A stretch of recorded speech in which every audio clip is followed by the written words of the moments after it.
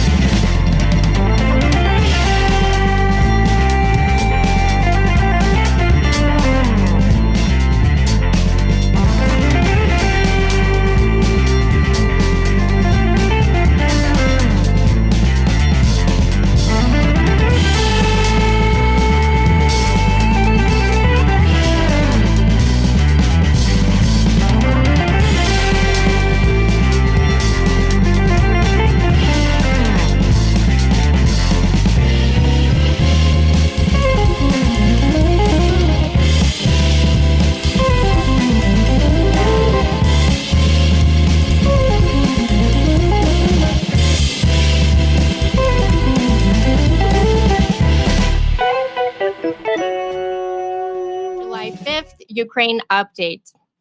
Fireworks lit the sky in America. Missiles lit the sky in Ukraine. On July 4th, Russia bombarded Ukrainian cities for 8 hours straight. As Trump halted air defense deliveries and then called Putin, who vowed to keep killing. How do you claim to want peace while stripping away the only defense that stops the killing? Ukraine got no warning, no protection, just an open runway for terror. This wasn't leadership. It was permission. You're watching Ukraine Update with the Shills, where Russian propaganda gets wrecked, fascists get roasted, and freedom always drops the mic. I'm Slavi, your co-host. Let's say hello to the host of the Shills. Hi, Dick. How's it going? It's going well. You know, there's been times on the Shills channel when we've done Canada Day streams. We didn't really do that this year. And we've done 4th of the July streams. And sorry, there was no way we were doing that this year. I mean, again, I always want to say, this will be quick. As it pertains to actions of the American government, specifically the MAGA stronghold in the Republicans. When we speak of American actions, we are speaking of them, not every one of you showing up to the protests and making your voice heard. We are speaking about the tyranny, not the average American. Absolutely. Yes. And today we have Commander McMillan with us. How's it going? Going great. Did you guys do boring 4th of July? I was just going to ask, did you bother doing anything, or was it a stay-home day with the, Went over to my son's house, had a barbecue with him, and then got home before all the fireworks started and tried to keep the dogs calm. Yeah. Same here. I was just with my dog, and it got me thinking, all these fireworks, they were going on for like an hour and a half straight. And it was scary too. And I was thinking, in Ukraine, these sounds, these fireworks are trying to kill you. Yeah. That was frightening. And remember that with Trump's tariffs, all those fireworks that people are shooting off cost about 30 to 40% more than they did last year. Yeah. I mean, fireworks are illegal though, right? No, No? Depends. I mean, my area, they are legal for just the 4th of July. You can't set them off before or after, but New you Year's. always hear people setting them off. But Yeah. on 4th of July, it's legal. You can fire away. My neighborhood is Latin predominantly, and they love their fireworks here. Oh, yeah. They get them from Mexico and popping them off. If Definitely. anything, it felt a little bit like they were going against the current regime. Yeah. But I really have respect for somebody of Hispanic descent. I'm not sure which popular word I'm supposed to use, but you know what I mean. Celebrating on the 4th of July because they still see and feel the inherent good of what America should actually be. Right? They're not letting that be killed by Trump and the ICE raids. Oh, absolutely. I think people are still celebrating freedom and what America essentially stands for. That was for sure felt and celebrated. Yeah. Yeah. Which is good. You know, I agree with that because if you lose sight of what it's supposed to be, do you then have enough passion to fight to get it back? Exactly. Most important thing, don't let them take away that energy and that joy, Yeah. what you see in America. Because that's what they want. Yeah. So, I guess we have like everything revolves around Hegseth, Trump, the halt of deliveries, and then Russia responding to that instantly with intensified attacks. That's kind of huge. You know, we've According commented. I was going to say, according to International Institute for the Study of Warfare, yesterday was the largest set of Russian missile and drone attacks since the start of the war. Yeah. And I've heard that said a couple of times over the last little while. Like they've upped it a couple of times lately as well. You know, we've spoke of it a few times around here, Commander Slavi. The Trump and Hegseth do the pause, and instantly there's this heavier barrage. Like it almost sounds like they knew it was coming. Yeah, just like I say, Putin escalates, Russia escalates when we stop helping Ukraine. Yeah. They de-escalate when we help Ukraine. They were ready and waiting for it. Whether they actually knew, I know that's a bit conspiracy-like. So you know, but they were ready. You need to realize that the announcement that the missiles were turned, away at the last moment. Yeah. That doesn't impact Ukraine at that moment. It's that those are replacement missiles that would be in Ukrainian hands at the operational, launchers, probably in 2 to 3 weeks. So finding out that, they're not delivering these and launching a massive attack doesn't mean the Ukrainian air defenses aren't as prepared now as they were before the announcement. Right. But it's 2 or 3 weeks from now when that will have an impact. But with that announcement, does Ukraine's defenses instantly start to have to make really hard decisions in case this munitions they have has to last a bit longer than it should? That's a hard thing to predict. I think one of the key items is to note that the stuff that the U.S. is giving Ukraine for air defense that's the most critical are the Patriot missiles. And that's the missile that is or the anti-missile, if you will, right, that's capable of shooting down the Iskanders and the other special hypersonics and such that the Russians are using. Shooting down the close to 400 or something Shaheds that were employed last night, the Patriot doesn't get used against those. That's just standard anti-aircraft fire. You can shoot at it with a machine gun and take it out. Okay. So, I had a follow-up to that, anticipating where you were going to go, but I listened too hard and forgot my follow-up. I think some of it got stopped in Poland. Yeah. So it was just No, it was literally in the air being flown into Poland, and they directed the aircraft transporting the Patriot missiles to redirect, not to Poland, but to bring them home, basically. Wow. Commander, what's your take on the shortage? Do you support the claim that they had to stop this due to a shortage? And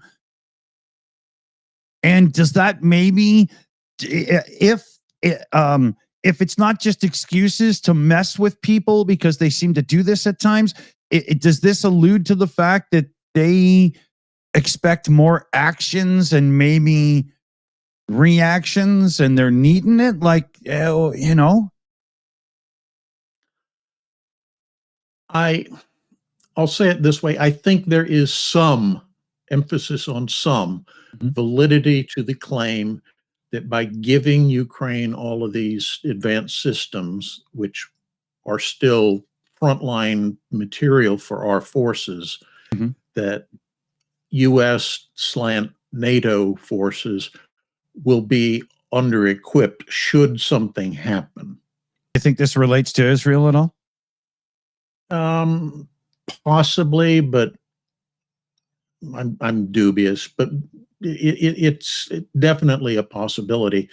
We know that the Trump regime has very close ties with Israel and Netanyahu. So I could easily see that, you know, Trump gets word that, 30 Patriot missiles are about to be delivered to Ukraine. What? No, those are needed in Israel. Send them to Israel. I could see something like that happening. I saw But that it requires Donnie to actually wake up during a briefing and realize that somebody said, yeah, 30 missiles are about to be delivered. Right. saw that the stockpile that was in Poland that got stopped, that was kind of a refill for what was supposed to come to Ukraine but went to Israel. So now what was in Poland, that was kind of to make up for that, and they stopped that as well. Yep. And I think it's worth noting that it's not just the US whose stockpiles will be affected. We know that some of the NATO countries, Germany, have been donating Patriot missiles to Ukraine. So their stockpiles are low as well. And when you get all these reports of Russian troops massing on the Baltic borders, Russian troops conducting big exercises inside Belarus next to the Polish border, that kind of thing, it's easy to understand that possibly some of the NATO governments contacted the US and were nervous and said, hey, we need an emergency resupply of Patriot missiles. Is there a part of the game in this, Commander, where you could see Russia doing these exercises simply to get this result? Hold on, let's pull back. Oh yeah, absolutely. It sounds logical to me, 100%. Yeah, right? A lot of people have been predicting that, you know, Putin's going to expand the war by attacking Poland and or the Baltic countries and or Finland or, you know, whatever he can reach. I think those predictions are foolish for the simple reason that Russia's already got most of its military committed in Ukraine. So yeah, they have some other troops that they can mass and drill along borders and make people nervous. But to expand the war out to the point where you get all of NATO involved, it's, you know, you have to be really stupid if you're Putin to pull something like that. Yeah, I mean, the Ukraine thing did not work out for Putin the way that the Warsaw Holiday did for other people back in history, right? You know, this is, So it's one of those situations where you have to kind of guess what's going on in Putin's mind and his advisors, how they see things and what they're telling him. And that's one of the advisors is another part of the issue, because it's the same thing with Trump, that with Trump, we know that whoever is the last guy to speak during the briefing, that's what Trump remembers. Yeah. He doesn't read the briefing sheets. He doesn't pay attention to the PowerPoint presentation. It's whoever talks to him last, basically, that's what he remembers. Yeah. I'm not saying that Putin's the same way, but the trouble is Putin has, through repeated purges of his advisors, both window diseases and simply, you're relieved of your duties and we're sending you out to run the weather station in Kamchatka or something. He's basically created a crop of yes men. So they're all waiting on tenterhooks to hear, this is what Putin thinks. And they'll go, oh, yes, boss, that's the greatest idea I've heard in my entire life. Yeah. Because they know that saying, possibly, boss, that's not a good idea, is a quick way to, go away. Yeah. Very much so. Yeah. So it's really hard to predict what's going on both sides of that equation. What's Putin doing based on what people are willing to risk telling him the truth on, and who's the person that was the last one in the room with Trump today. And that's what Trump decides. So it's entirely possible, in fact, I would argue probable, that the decision to recall the Patriots en route was somebody at the briefing on Thursday afternoon saying, hey, and we've got Patriots being delivered to Ukraine. Those are really needed by fill in the blank here. Right. And that's what he walked out of the meeting, and he turned to Hegseth and says, hey, I want you to recall those Patriots and redirect them to Israel or Poland or whoever. Right. So, yeah, it's on both sides of the equation. It's a random probability cloud. Right. Also, Zelensky gave everything that Trump wanted, and including the minerals deal. Oh, yeah.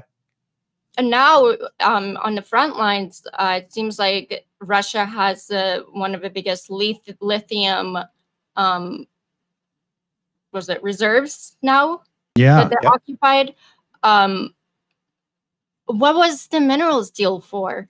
What was this Exactly. Whatever Trump wanted. Oh, you want a ceasefire? Okay, Trump, we'll do it. Yeah, Trump steps in like big bravado. Sorry, Sakai, we'll get you on in a second here.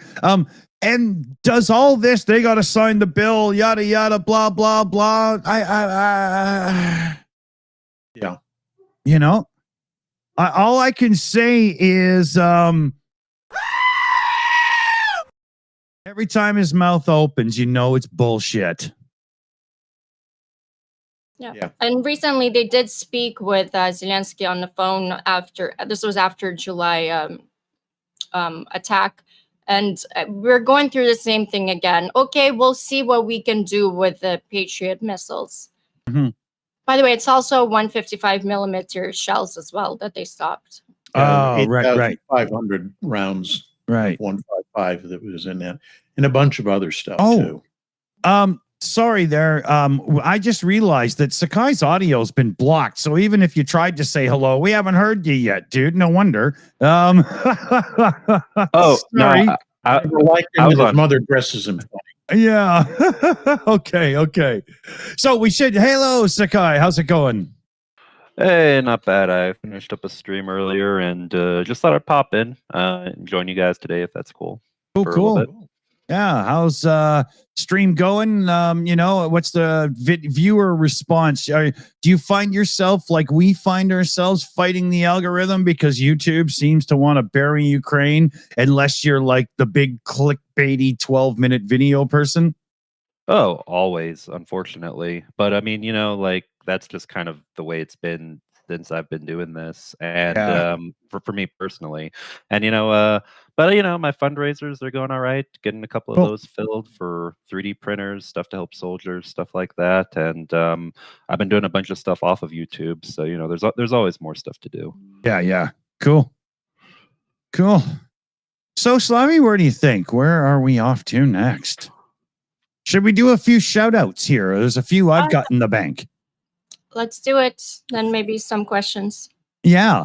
So I've got a direct PayPal donation in I think it was $20 something, because I got 22.70 Canadian, and it's a name that I recognize for sure, but I'm not sure if it's one that I can actually share out, or should I remember their YouTube username. So let me know in the live chat if I can use the name or not, because I don't want to do that to people. But here's the message itself. Use wherever needed. I'm sticking with Ukraine, no matter what my so-called government does. Yeah, baby. Good call. I'm pretty sure I can use this name, but I just don't want to do that just in case. So, let me know. Tag me in the chat there. Tag at the Shills. And then we're good. Just Jimmy became Shill's apprentice. Love it. Thank you very much. Paul Deberitz came in and gifted out 5 Shills memberships. Love it. Niles Knudsen comes in and gifts out 10 Shills memberships. I think we're in some kind of competition here.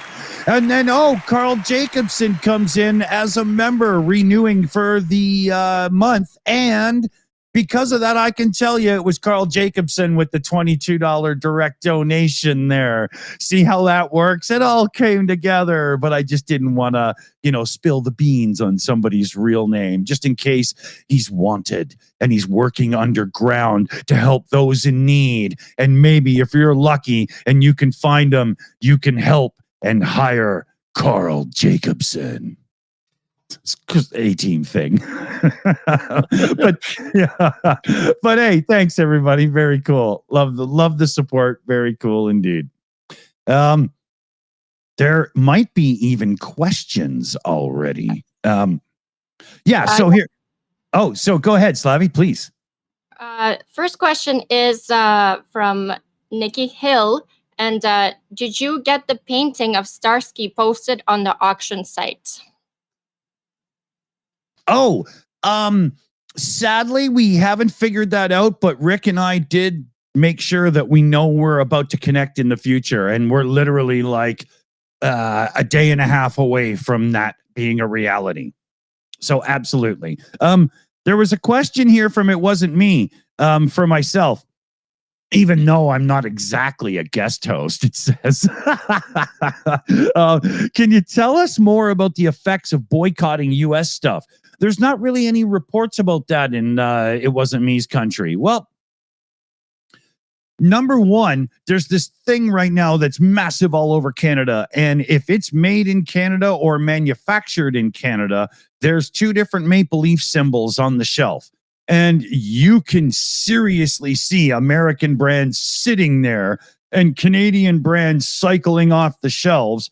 And you can see that it took the store owners a bit to get the rotation right. And everybody that in Canada, at least the people in my area that I know, everybody was totally cool about it. No worries, I'll check back tomorrow. And because we understood it, totally threw them for a loop, right?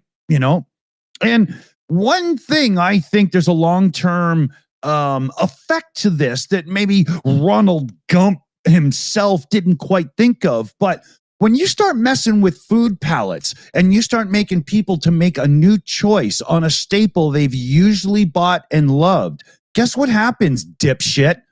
They start to like the new version as much as they did the other one. And what you've actually done is create a whole bunch of Canadians that no longer have a true taste for that American product we used to always buy. So well done, son. You've done that about as well as you've raised your children, you fucking dolt. Undermine brand loyalty. Exactly. What a brilliant concept. Yeah. You just it's just. So I think it's safe to say that if Putin is going to go down as one of history's worst strategists. Trump is going to go down as one of history's worst business entrepreneurs. Yeah, that's an understatement. All his businesses failed. So Oh, yeah. Didn't they bankrupt a casino? A couple. Yeah. Yeah. They basically set Atlantic City back about 10 years financially, man. it's art of the deal. It's art of the deal, guys. Yeah. It doesn't matter how But many people in the company you screw over by claiming bankruptcy, as long as it doesn't affect you personally as the gumph, you're all right. Yeah. It occurs to me that this is kind of a pattern because I remember people talking about W saying he's literally the only person who was involved in the oil boom in Texas who lost money. Yeah, exactly. I mean, You know, it was literally, if you were in the oil business in Texas back then, it was like having your own printing press for cash down in your basement. Yeah. And that buffoon lost money. Yeah, exactly. You know, even still, there's a classic clip of Barbara Walters interviewing Ronald Gumpf, and she's questioning him about buying Trump Tower because it was unanimously declared a bad deal when he bought it. And so she was interviewing him just after, and he was like, well, in the beginning, everybody said it was such a bad deal, but now everybody says, oh, what a great deal. What a great thing. And she just looks him square in the eye and she says, no, they don't. And I miss that girl in the news, man. But it was true. And even now, the Chicago one, they built all this real estate or retail space in it, and it has sat empty for about 10 years since it was built. Nobody wants to be in there.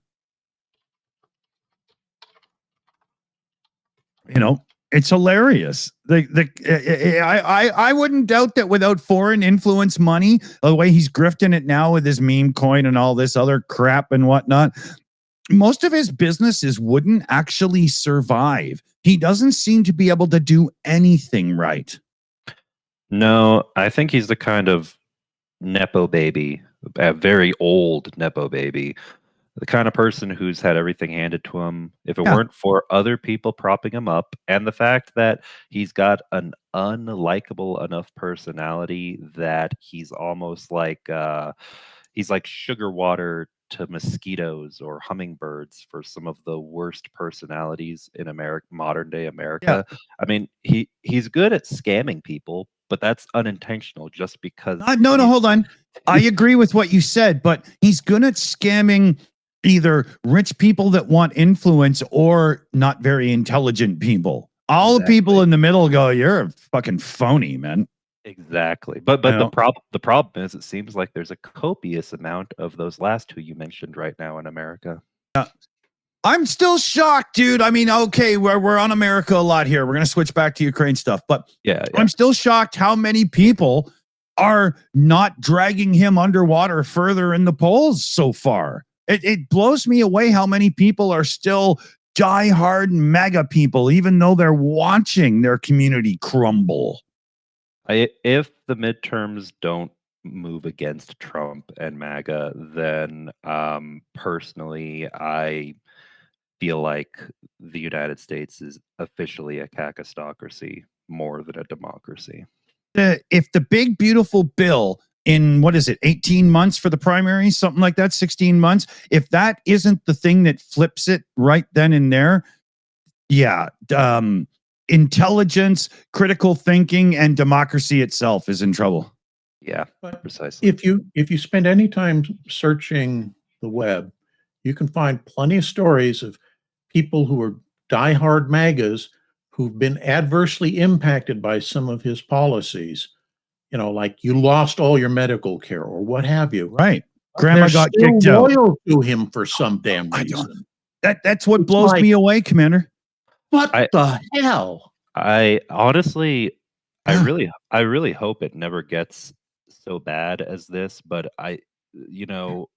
it almost feels like it would have to be some crazy shit like a Yugoslav war in the middle of America, people being forced to evacuate the country And even then, you'd have people who wouldn't wake up. It infuriates me. Yeah. So, Slabby, where are we going next here? Any shout outs you need to do or any questions from your side or anything? I was just looking at the next segment I wanted to do. Huge shout out to the mods and SSW for giving away 1 Yarchenko membership. So thank you so much. Awesome. Yes. The next story I wanted to do was pretty big one that got kind of overlooked, and it's that China warns the EU that EU can't let Russia lose. I saw that article before. Yes. Go on. Yeah. Yeah. And then EU spent 25 billion on Russian energy in 2024, 3 billion more than on Ukraine aid. Finland and Czechia pushed for more NATO burden sharing, and UK announces new F-35A purchases amid fear of the US retreat. And the narrative here I have written is that America's hesitation fuels authoritarian ambition and Europe's addiction funds it. Oh. Yeah. That's why I really wanted to do that one. Because that's, Europe is not waking up, it seems like. And not quick enough. No. Or they'll wake up and then go back to sleep. Yeah. Yeah. Go ahead. I was just going to say, there's an angry beast laying underneath that union if they would just let it out just a little bit, Maybe another thought is maybe they know something we don't, and that technically Russian army it's shit, and Russian economy is shit. Russia will fall apart, whether whoever likes it or not. There's no returning from what Russia is doing. Yeah. It's just a matter of time, really, but it's still, you got to defeat all of axis of evil. There's still China, and it's building right now instead of receding. It's building. Oh yeah, the BRICS nations now officially make up the majority of the world population with the new members who recently joined their ranks. Right? And it doesn't matter that some of them aren't as wealthy as America or even Canada or something. You've got a collective group of people that have a somewhat similar ideological look to things, and that can be powerful in just getting people to step up and take a rifle. Commander, that's a base of people that I bet Putin's loving having access to, as he's going to need them, right? Oh yeah, yeah. From my perspective, one of the things that's really interesting about all these other countries that are starting to glom on to BRICS is that they haven't read their history. Because if you look at what the Germans did with the Pact of Steel, many of the countries that allied to them, they were immediately told, okay, you're giving up these, 10,000 square kilometers of terrain to this neighbor because we like them better than you, but you can't complain because you're part of our pact and we own your ass. Yeah. Commander, I've got something that I'm really curious to hear your thoughts on. I've seen some reports recently about the tensions growing between Baku and Moscow, Azerbaijan and Russia. I also know, of course, there's the close relationship between Turkey and Azerbaijan. Azerbaijan is not fond of Iran.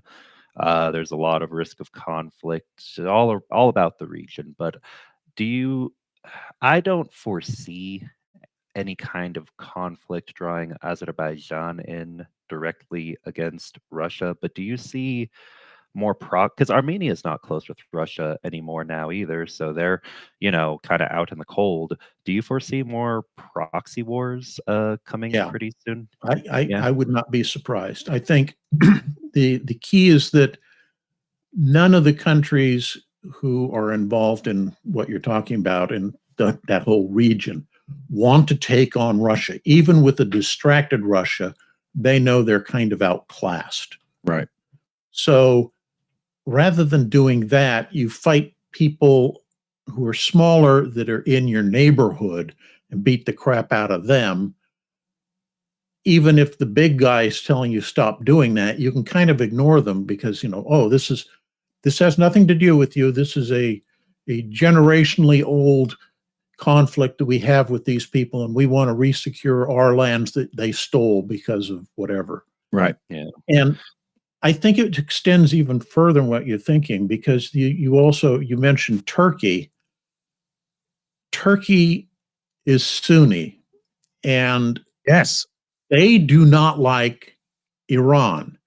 And what they see is Iran expanding their power into a lot of other nearby states where there are Shia populations. Mm-hmm. And it's particularly true when you have Syria, which effectively has now changed hands in this little squabble, because the minority population there, unlike most of the places, is Shia, and the majority population is Sunni. So when they got rid of Assad, suddenly it flipped that on its head. So that gives the Iranians another cause to get really irritated and frustrated and want to do stuff to further their own ambitions in the region. Yeah. And at the same time, we know Erdogan has been talking about, he wants to reassert the old Ottoman claim to the region. Right. We're the leader of the Muslim world in this area. Yeah. Oh, yeah. Oh, Well, if you go ahead, Sakai. Go ahead. I was going to say, it's not even just religion is a huge part of it, the Sunni versus Shia divide, but a big part of it with Turkey is also the ethnic identity. They didn't. Yeah, the idea of what we did after World War I was completely foreign to their entire way of life beforehand. It's so weird the way it plays out. There's a serious history lesson in there that I am not qualified to give, but it's some fucked up shit. It really fucked everything up. Europeans drawing arbitrary lines on maps that have nothing to do with cultural heritage. Yeah, exactly. They didn't they saw themselves regionally, and there was spiritual, there was cultural differences, there was a way of mingling, and then it was just all chaos, right? And it has been ever since. Yeah. I love to drop this little vignette into this kind of a discussion because it shows just how screwy the area is. Believe it or not, during the Versailles Conference, the principal Allied powers wanted to create a Kurdistan. Yeah. They could not find anybody from the Kurds who would stand up and kind of be the pan-Kurdish leader, because the Kurds were so busy feuding among themselves, like they are today, that they couldn't get anything done. Yeah. Well, it also probably doesn't help that I am assuming at the time it was probably a suggestion for a landlocked mountainous country without any sea access. I could be wrong, but that just doesn't. That was smell, part of it. Yeah. The key thing was they knew the Kurds were a restive ethnic minority. And I think what they wanted to do was kind of establish them as a separate entity to act as a buffer between other states in the region. Yeah. But they couldn't figure out how to do it. Yeah, yeah. They tried to make a neutral zone out of them, like in Star Trek, right? Exactly.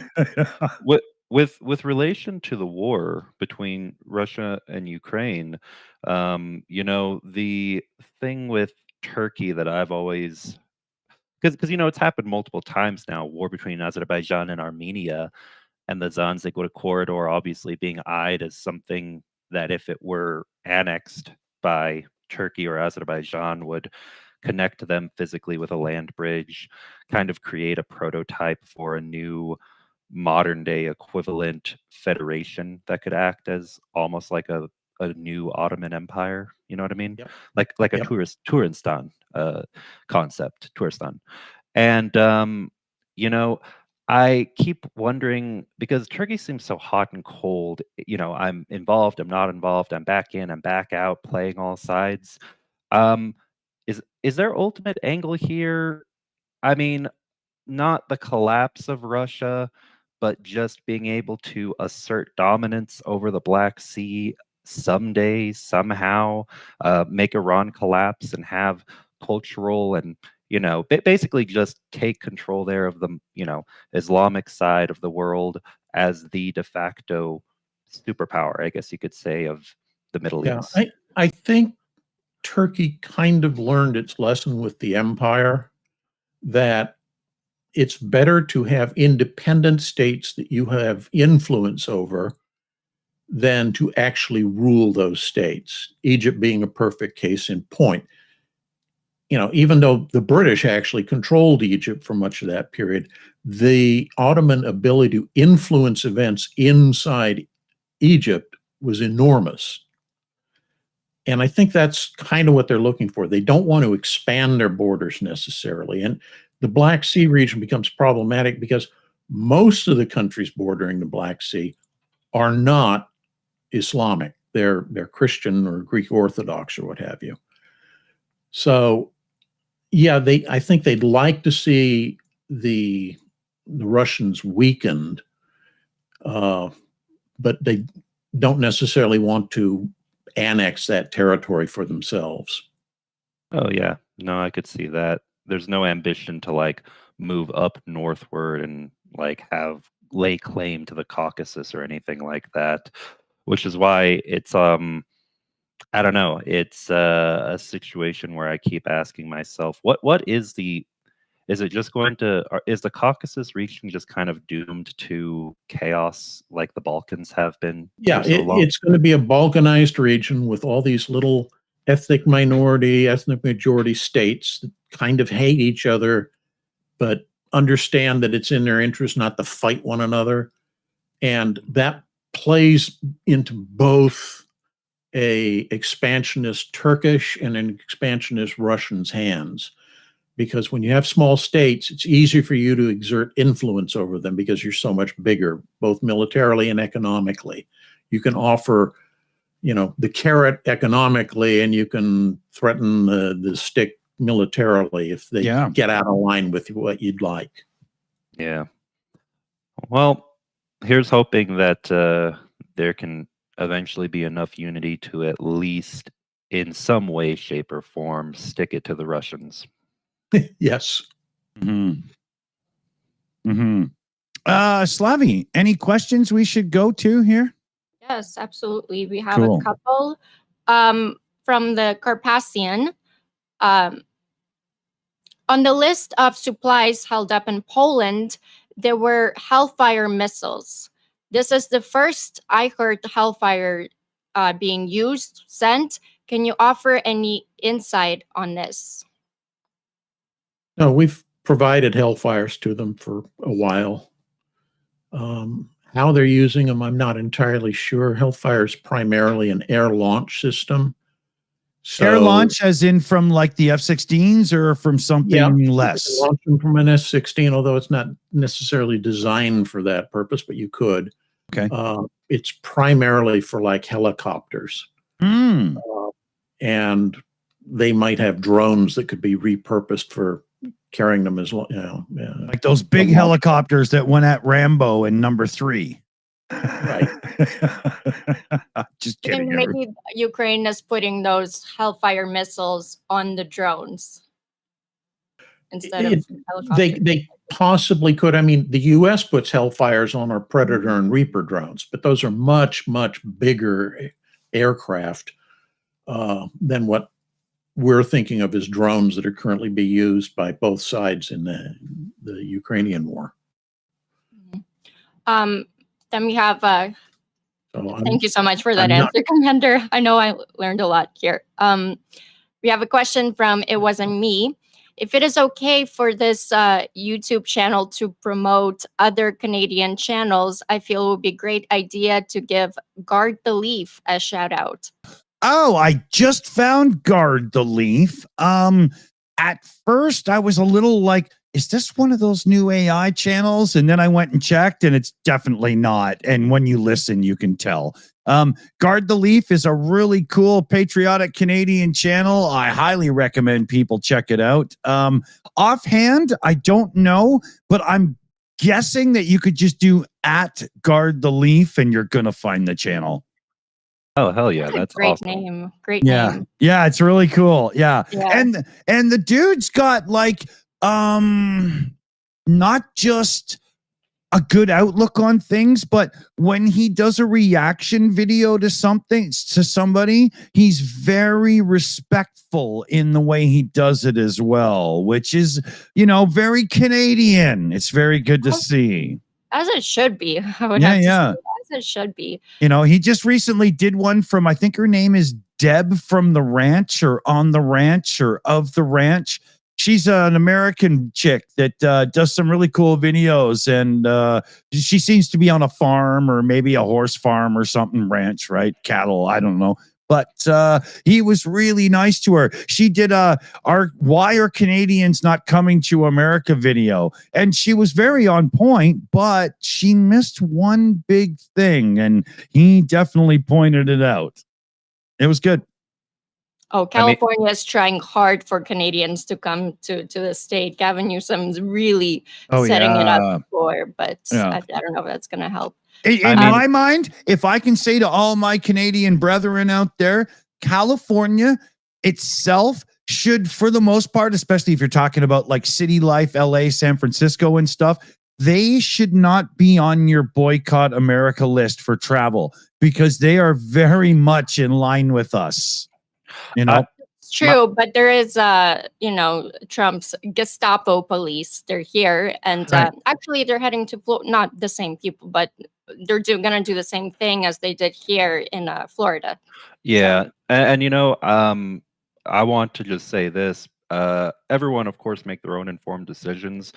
As someone who travels through the states very frequently, and in and out. Be careful right now, especially since there was just recently that one, multiple people detained, that one guy from Canada who died in ICE custody. It is it is legitimately dangerous now, so be careful. Yeah, no. I mean, to be honest, if from my perspective, point of view, right now, if I was still in professional musician, playing in bands and so on and whatnot, there's no way in hell I would be going to America right now.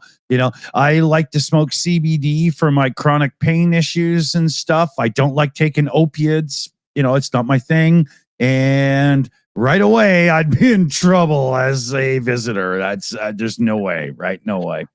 Oh, here's something that might make you happy to hear, Dick. I recently was speaking with a friend of mine who's doing great work on the ground, helping soldiers in Ukraine, and getting them medical attention that they need, getting them to hospitals in like Lithuania. Okay. All over the place. She's really, she's 20 something. She's really motivated, really involved, and maybe I'll try to invite her onto the show one of these days. But she's hook us up. That'd be cool. I like people like that very much, very much. Like that girl from the Ostomola Animal Shelter. I was so impressed with her. She has to fundraise and come up with so much money and juggle and jingle and make it happen. She is just properly inspirational. It was great. Yeah. Got to get her back on, don't we? We got to get her back on. Yeah. Absolutely. We have one more question, bringing it back to Ukraine. This is for Commander Macmillan. How do you see the chances of the U.S. to provide more Patriot systems and missiles to Ukraine, either directly or indirectly via Germany? Oops. I'll say I kind of already answered that, but I'll reiterate and kind of spin this slightly. The issue is not the U.S. military. I think the U.S. military, by and large, would agree that providing those weapons to Ukraine is a good thing at this point. The issue is the current administration, which in my opinion, is giving lip service to the idea of supporting Ukraine, but not doing any actual delivery and payoff on those promises. Will that change? I don't know. We've seen squabbly fights between Putin and Trump. If those continue, if those exacerbate, possibly Trump will begin to lose his romance of loving, the great authoritarian Putin, and then arms shipments might resume in more quantity. I don't know, but I think the key thing to take away is that the GOP in general, and specifically the MAGAs today, have always been fairly isolationist minded. They firmly believe that two great oceans are enough to protect us, and we should be able to sell arms to anybody, providing they pay in cash, and we're just going to stay in our warm bubble area and not have anything to do with anyone. Let the world go to hell in its handbasket. Yeah, ask Japan how well that worked out for them. Yeah, exactly. And that, I think, is kind of where we're at today, is the people who are the powers behind the Orange God King's throne basically want to revert to that mindset. So spending US tax dollars to give, not sell, but give equipment to Ukraine runs counter to their belief structure, if you will. Yeah. I'd say that Russia already invaded on the inside. They've invaded America, and they're controlling America from the inside. Well, they've got, obviously, but they've got control of the mindset of a few Americans due to social media. Yep. Sorry, Commander. I was saying, you have to ask yourself, who did the Russian infiltration into the American system benefit? Why would they Trump turn against people that are benefiting them? Yeah. There's your problem. Here's another thing. Hold on, guys. Hold on. Just like happened to Sakai, we got Duncan, and we got to at least say hi before we completely ignore him. That's it. It's a rule. Hi, Dan. Hey, yeah, I've only been here 20 minutes listening to you lot. So yeah, I am here. How's it going? What's happening? I'm not telling you. Okay, well, that's probably for the best. So we'll go back to what we were talking about, and Yeah. All I was gonna say is, someone like Trump isn't driven really by ideology. He's someone who really, in my opinion, he's a narcissist, a grifter. Whatever benefits him the most, that's what he's gonna go for. Cares about his reputation, what people think of, to a certain degree, what people think of him, money, power, etc. My bigger concern, not just because of the incompetence, Trump wants to be Arnold Palmer's cock. Yeah, that's one way of putting it. I was, yeah. Well, then I guess the other guy I was about to mention, Pete Hegseth, who I guess we'll just call him Whiskey Limp Pete. It's not just the incompetence with him. I do think there's ideology there that lines up more with Russia for him as an individual compared to someone like Trump. And his current role, I think him and others who are around him and his circle within the current government, it's not just asinine to have to listen to them and everything they're trying to throw wrenches in as far as foreign affairs go, but I really do think that infiltration probably starts within that group of people. Well, they all want to have themselves in a position of de jure oligarchs like you have in Russia.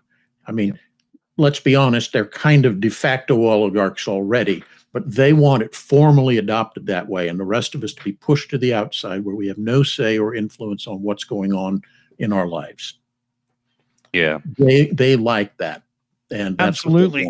Absolutely. I'd say these ones here in America are even more dangerous because they all have absolutely insane kooky ideologies. Because I was watching this interview with Peter Thiel. Holy, and Peter Thiel, he financed pretty much J.D. Vance's whole career. Mhm. So and he's a libertarian, but like holy shit, he wants these like freedom cities, and everyone's under this like The problem with the word basically slave. libertarian, the problem with the word libertarian in American politics is it quite literally means a different thing to every person who thinks they know what it means. Yeah. So, and the far right has kind of got more influence over the term right now than ever before in the past. Russia too. Don't forget Russia. A lot of them, because I had a friend who was a libertarian, but like old school one, and he agrees we should as America help Ukraine and fight for freedom. But these, I guess, new ones, they're like, no, we're not gonna help. But like that's not our problem. It's very like America first ideology. It's confusing to a Canadian because when we hear the term libertarian, we're figuring they're going to be lefties. Well, and the old, like 10 years ago, 15 years ago, it was lefties. The Libertarian Party, at least, not necessarily the libertarian movement as a whole in the US, had like this weird mix of both left and right views. They used to put out videos like, we believe that every same-sex couple should have the right to grow their own marijuana on their own land and protect it with AR-15s. It was like a weird mix of everything. That's strange, man. But it's changed a lot. It's kind of like the Mises Caucus is the name of it. The Mises came to power among the American libertarians, and after that, the Paleo Libertarian movement, I guess, is the wing you would call it. They've really taken everything over formally within the party, and then of course outside that, the Paleo Libertarians, what do they do? Dig up the bones of their ancestors? What? Is that like the paleo diet? Yeah, I know. It, like I said, if we're all going to be vegan unless we eat people. Yeah, libertarianism is weird, man. It's too weird. That's funny. So they're righties that should be lefties that spend their days dieting and digging up dinosaurs while trying to affect politics in a right-wing manner. That's so screwed up. And doing some weird-ass drugs like Elon Musk. So, yeah. Hey, Elon, pass the ketamine. Yeah.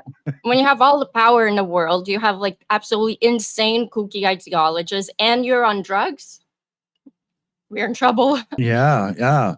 And couple that with white supremacists and Christo-fascists, and you've got a mix that's just, it's loony city, man. I have a term for this that I like to refer to at times like this. You know what you get when you mix a kleptocracy with a plutocracy with a kakistocracy? You get a sounds like the worst joke ever. You get a clusterfuckocracy, man.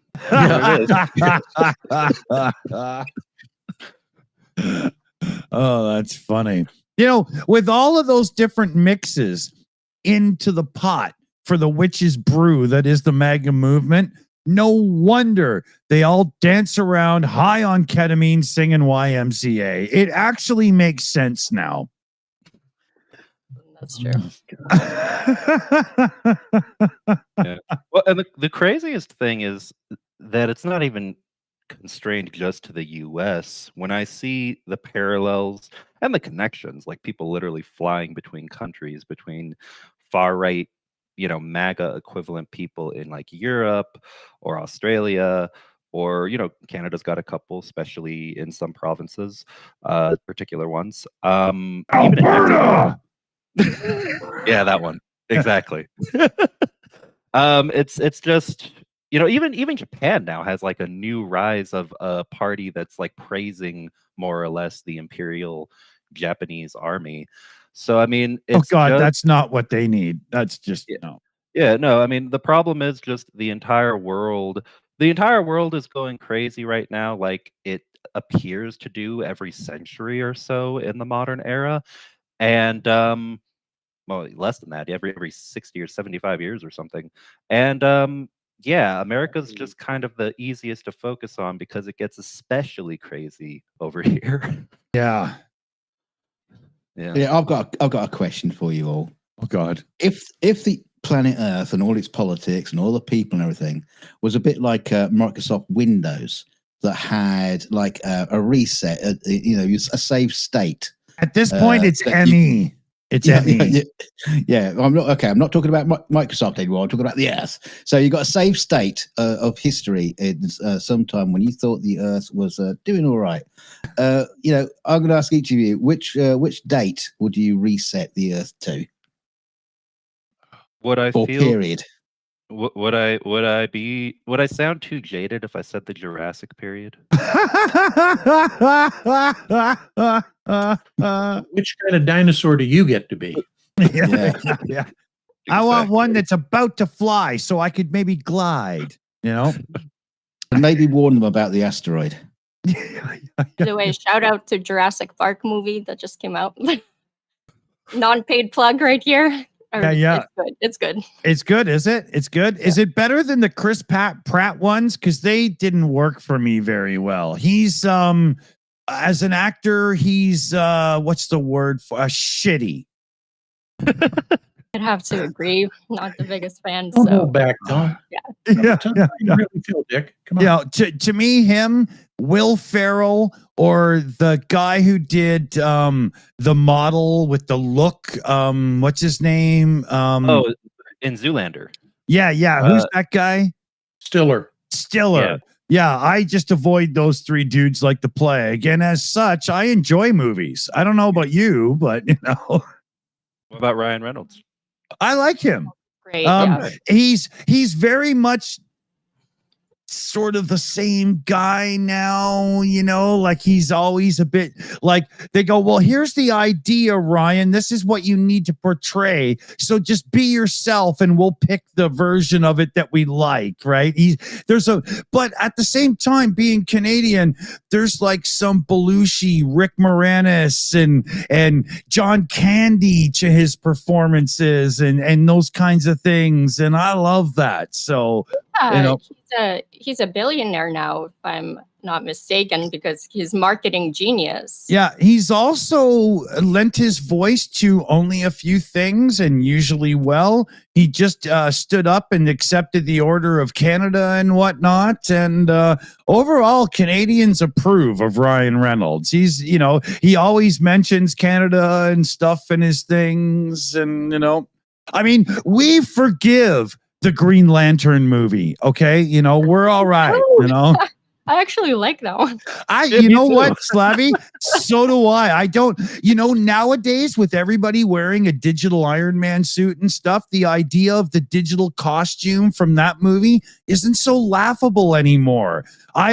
You know what? It was the pioneer, and it just got the shit end of the stick, really. Yeah, I agree. There's nothing wrong with spandex. Well, let's get back on the topic of Ukraine, but I will say this, I liked the Ryan Reynolds Green Lantern movie. My problem is, like, my generation, when I was a kid, I grew up watching the Jon Stewart, the Marine Corps Green Lantern. I didn't. For me, he's the other guy. Yeah. Jon Stewart is the more hardcore guy. Yeah, exactly. So that's it's like that was the movie I wanted. That's the one that the child in me was like, dude, for. Check our Plex server, because there's 2 Jon Stewart animated Green Lantern movies that seriously kick ass. Ooh. Yeah, they're totally worth it. Yeah. When it comes to DC animated, my son and I are all about that, and we got all the good ones. Like, holy. Nice. Yeah. Okay. So back on the topic of Ukraine, have you? Sorry, everybody. We gotta laugh. We gotta laugh sometimes. Yeah. but you know, it actually flows really well because we were just talking about the Marine Corps versus Air Force Green Lantern. Yeah. Have you guys talked about the strike on Russian fighter jet bases by Ukraine? Ukraine striking back at them after the attack on Kiev. We haven't got to that yet. Good one. And I haven't even had time to look into that. Was that more one of those sneaky attacks, or did they just kind of fly them in more traditionally? How did that even play out? Well, let's see here. According to what I have pulled up, it looks like the attack. Damn ads.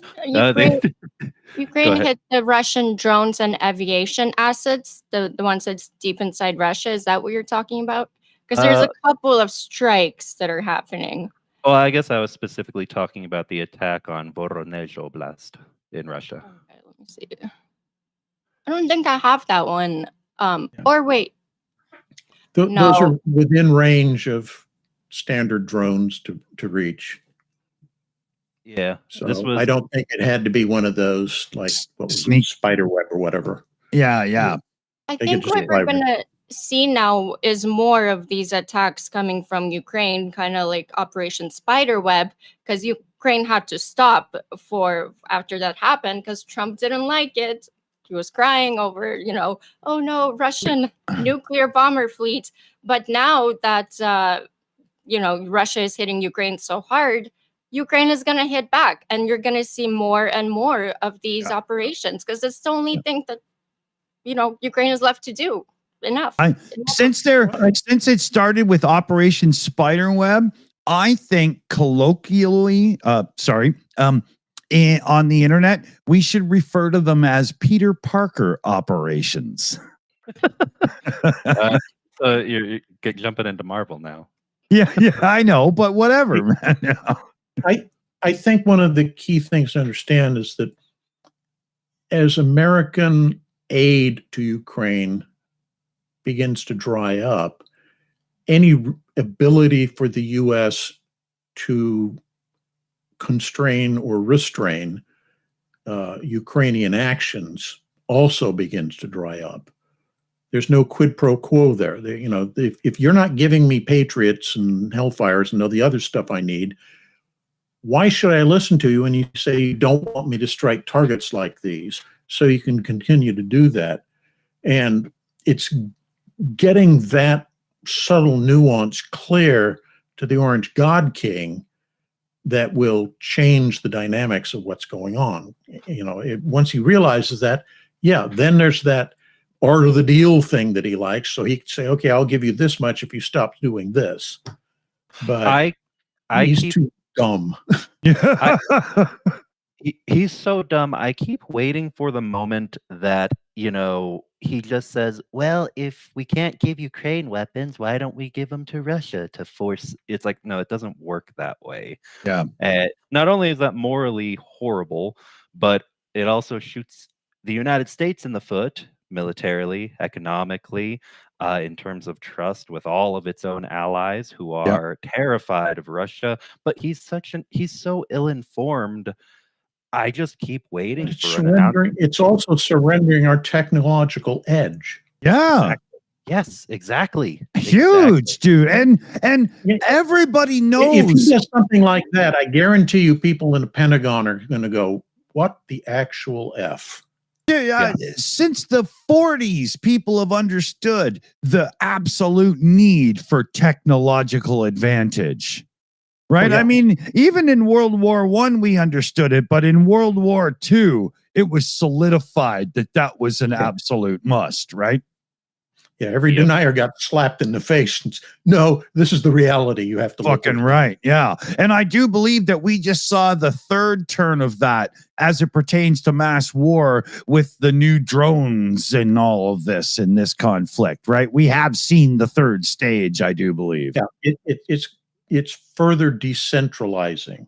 Yeah. That was always one of the edges that everybody believed that U.S. NATO had over the Warsaw Pact, Soviet Union, which is that we relied on smaller units to do things, and they relied on central command to direct everybody to do anything. And God help if you did things that weren't being told you weren't being told to do by higher authority.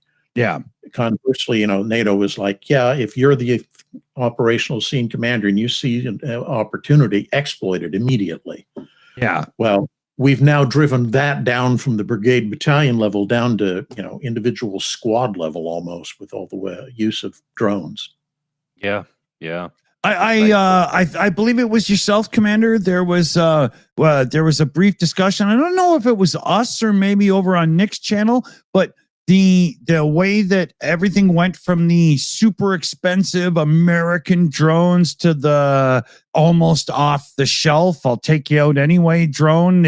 And that's what you mean by localized, like the individual units running around have their gear, not just you, right? And it's even more to the point, it's not just the operational use of these systems, it's also building these systems. I mean, you look at what Ukraine is doing to build the all improvements.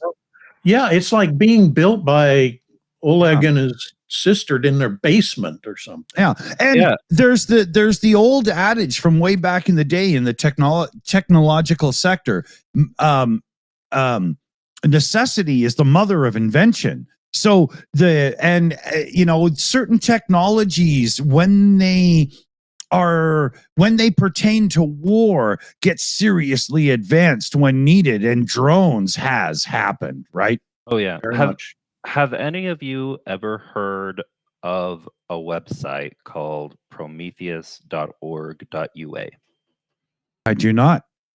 So Prometheus, it's just one. There's actually, I want to say there's 3 or 4. There's a couple of groups doing this, but they're a platform from Ukraine, primarily focused on Ukrainian citizens and civilians inside the country. But they work with people from all over, and they run free courses teaching people how to make their own DIY drones at home, like the same quality and to be able to hand them off to the armed forces. So, I mean, it really is, I mean, not just crowdsourcing, but it's just open sourcing the entire drone warfare movement. Ukraine is at the forefront of it. Yeah. Yeah, absolutely. Let me just do a thing here. Because I want to make sure that we get the Car for Ukraine donor wall in, because we have ignored that for a while. Sorry, everybody. But we got Jean-Marc Ladacour in today, 7.5. That's today, right? Yep, there we go. And that's a $17 donation into our fund, which I do believe puts us very close to $800 here. I won't scroll that for you because it'll make you sick when it's that zoomed in, right? Yeah, there we go. So we're at $786. We will have the link in the live chat for you. We have a direct link in our live chat that you can donate through us, and we just put it through at the end of the show. And there's also the link in the description if you're not a live chat person, but you still want to participate.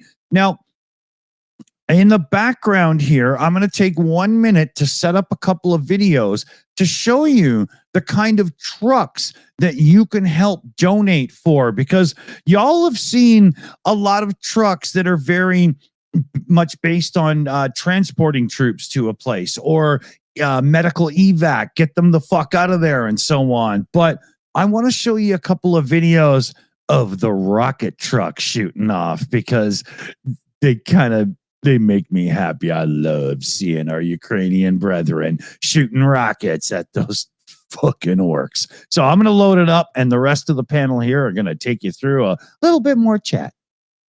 Well, I have questions that we can catch up on. Question for Commander Macmillan. What will happen if Ukraine used ships and cannons along with Russia? Sounds piratey a little bit. Yeah, I really don't understand what the question is. I'm sorry. Are they saying to arm ships and use them to attack Russian shipping? I think maybe, yeah, I think if Ukraine had a navy. Oh, okay. So effectively reverting to what used to be the old privateer system. And pirates, just so people understand what that is, pirates were just guys who took a boat and attacked whatever they wanted to make a profit off of it. No, I added the pirates. It wasn't. In No, the no, question. but it's a valid statement. So I wanted to explain what privateers are. Okay. Privateers are privately owned ships armed with whatever the owner is managed to scrounge up, given what's called a letter of marque by a country. So in this case, if Ukraine issues a letter of marque to somebody, it says, you may attack under our name the following country's shipping. Obviously, in this case, it'd be Ukraine authorizing attacks on Russian shipping. That would be an interesting development. You'd have to be able to figure out, who you're approaching. And that was always one of the problems, is that privateers would say they were operating for country A against country Z, but they'd be attacking country Y and W and P, Q, L, L. So, would those privateers also go after flags of convenience, like the Liberian and Panamanian? Right. That's the concern here, is that so much of international shipping these days does not operate under national flags, but what are called flags of convenience, as you say. So, for example, if you wanted to register your container ship in the U.S., the fees for doing so and bringing your ship up to U.S. code to be able to get that registry is very expensive. Conversely, if you were to register your ship with Panama, it's merely give us $500 and we'll give you a certificate that says you're registered as a Panamanian ship. Yeah, does it float? They don't do any You're good. to make your ship safer. They don't require your captain to be certified. They don't care. All they want is the $500. Yeah, it sounds very similar to tax havens in business, right? Oh, it is. It's very much that case. Yeah. So a lot of international shipping is actually conducted by ships operating under flags of convenience. Right. So you run that risk. What I was getting at is, let's say you get a Ukrainian privateer and they decide, okay, that Panamanian ship is carrying cargo that I believe is from Russia, so I'm going to attack and sink it. Ooh. And it turns out, no, it wasn't Russian affiliated cargo. It may have been Japanese or Filipino or whatever. Right. Effectively, now Ukraine is in a quasi state of war against the Philippines or whoever, because you've attacked a ship carrying their cargo, and then Panama also gets into the thing. So it's very murky, dangerous waters. Even if you're operating, confining these operations to just, say, the Black Sea, where there's only, a half dozen different nationality ships that you'd have to be concerned about, even then you run that risk of expanding your conflict to areas that you don't want it to be expanded to.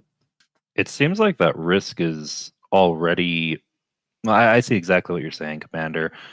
The risk of expansion, especially with things like North Korean troops continuing to pour into the Russian side, with just all of everything with Iran and Israel, we're already in the stage right now where it feels like the Russo-Japanese War, the World War Zero stage, right before everything really explodes. It makes it makes you wonder, because if we're seeing that, doesn't the whole NATO, UN, and so on group start seeing that too and go, you know what? Don't we have to just start backing people up and you know what I mean? Like, isn't it close, Commander? Where they it can be that, or it can be the alternate, which is, for example, we know, I think it was Sweden or Finland recently seized one of the Shadow Fleet ships, for carrying Russian cargo. Yeah. I think it was Finland, wasn't it? As I said, it's Sweden or Finland or somebody. I don't know who it was, but that's the same kind of thing, because the Shadow Fleet operates under flags of convenience. Right. So if you're going to start attacking being in quotes, flags of convenience, you need damned good intel to be able to tell you, no, That specific ship we know is officered by Russian paid crew, and they're carrying a Russian cargo. So if we attack it and seize it, then we're still clean because we can demonstrate to the world that we are doing what is within our authority to do. Yeah. Conversely, if you devolve that onto Joe, who takes his yacht out to go shoot up a random flag of convenience ship, that ends up potentially putting you in a really bad situation. Hmm. Yeah. It's just an international scandal waiting to happen. Yeah. Let's do a couple of shout outs here. So first up, we've got UTV and Ham coming in with a $20 direct donation. Slava Ukraine. Heroum Slava. Good shout, UTV. Car for Ukraine donation it is. And then we got Johnny C in the chat here. And that's previous username Yaya. So now things have clicked a bit more. That really helps. And that was a $5 direct donation as well, which is definitely going into the Car for Ukraine fund there. Let me switch back over to my other list. We got RC William in the chat. Trump loves stroking Putin's white chocolate. I don't think that stick has been out of the oven because it's looking a little limp. Jean-Marc Latiker in the super chat column there. Donate to cars. Yeah, it's going in there. Niles Knudsen in with a second group of donated members. Ouch, a little bitch. Yeah. And then White Fishy One comes in with a $20 super chat for Ukrainian fun. Slava Ukraine. He even got smart and put Sergeant Buckchuck in the message as well. That's the little raccoon down in the corner. Where am I here? Yeah, there. Sergeant Buckchuck. Because what he does is, if I turn this off and put that on, he shows you the latest direct donation in Ko-fi. Isn't he a fun little raccoon? I never knew he had a name. I thought he was just a random raccoon on crack. Yeah, no, he's Sergeant Buckchuck because he points out people that chuck bucks, right? I thought he was doing magic 6-gun shooting at them. I had no idea what the raccoon meant either. I was like, what? Why is it there? But now I do. Yeah, we never bring it up. We used to talk about it a lot. Dunk created him. He drew him and animated him and everything. He's an original creation.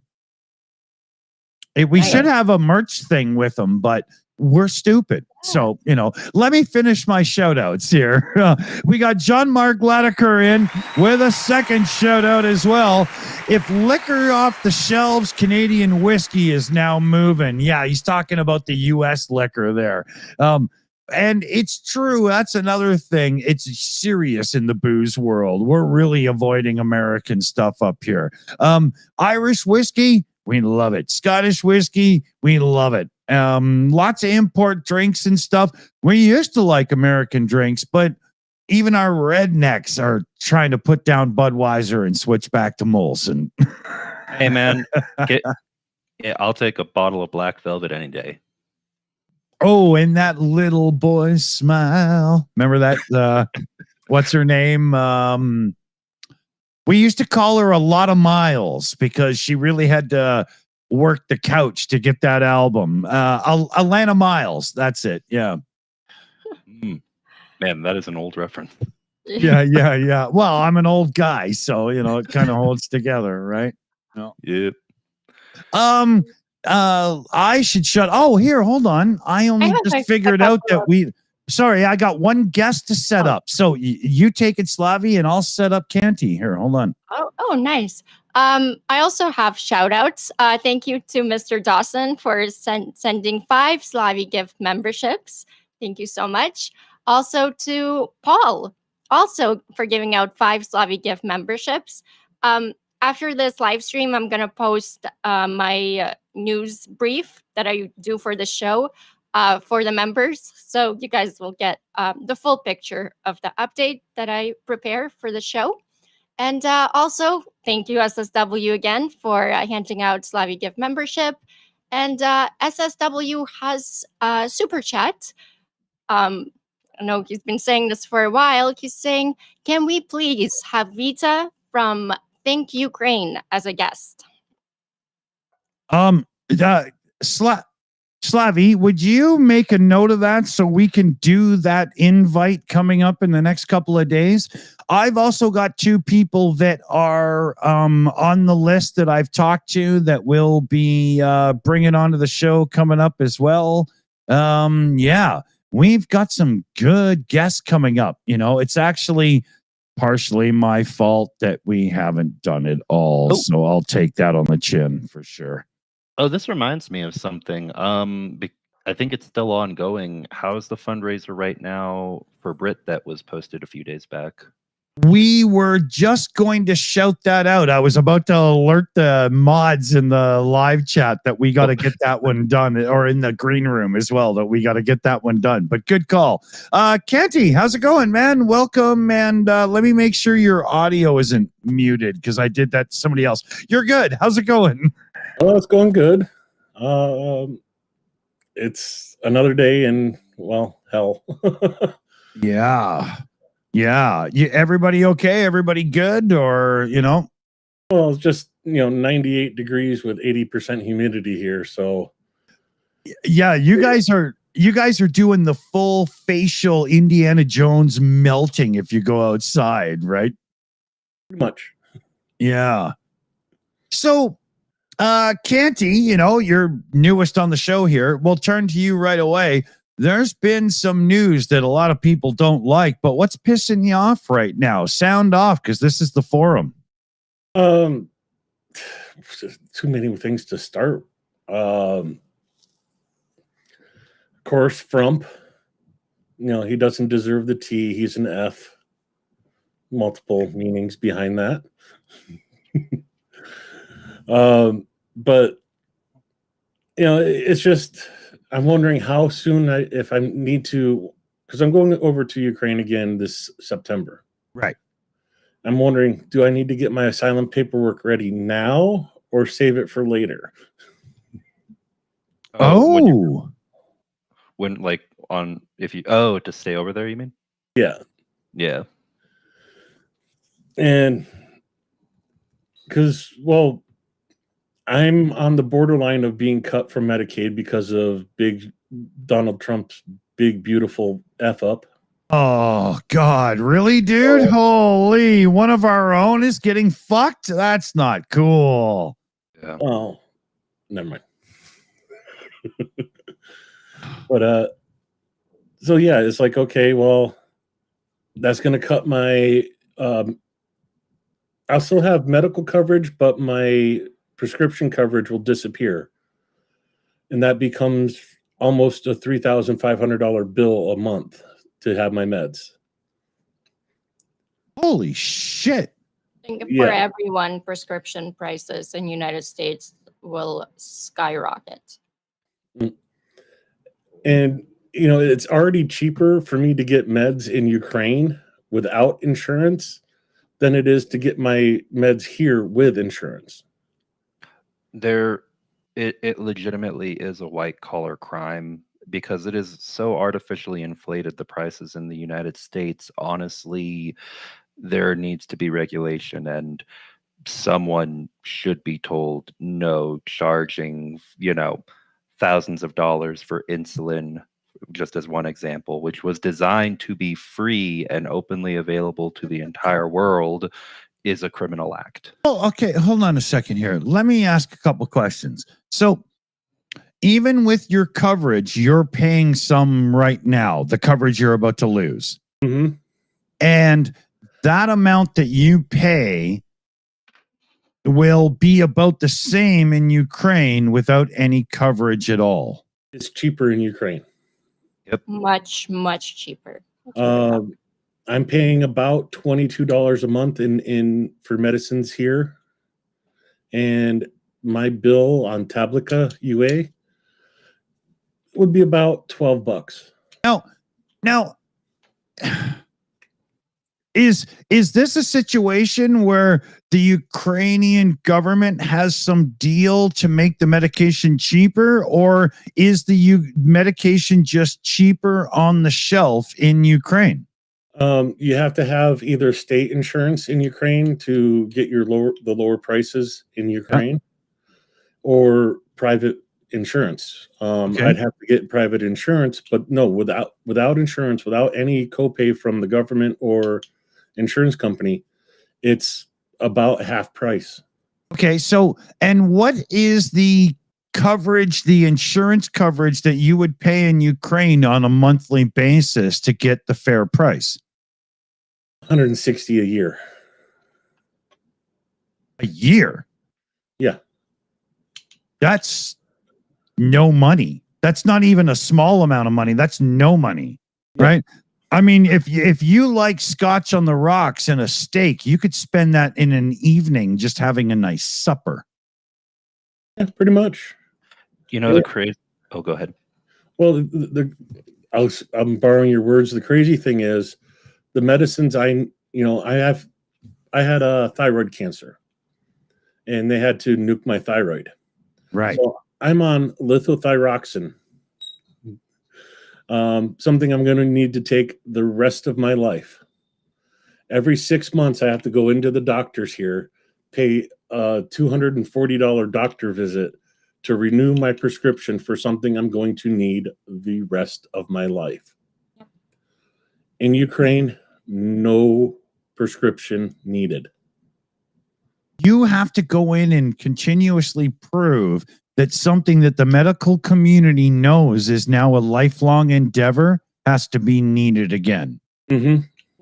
For some Why? medications, you just, sorry, I can't see, but I'm going through this too, where I have to go to see the doctor every month just to get my like mental health medication. There's no refills or anything. So yeah. That in a situation of mental health, forcing you into a doctor's office and all this stuff and whatnot is the last thing they should be fucking doing. Oh yeah. The system is working. I'm not smart, but I know that. I mean, you know. If there's one thing, and it pains me to say this, but it's true.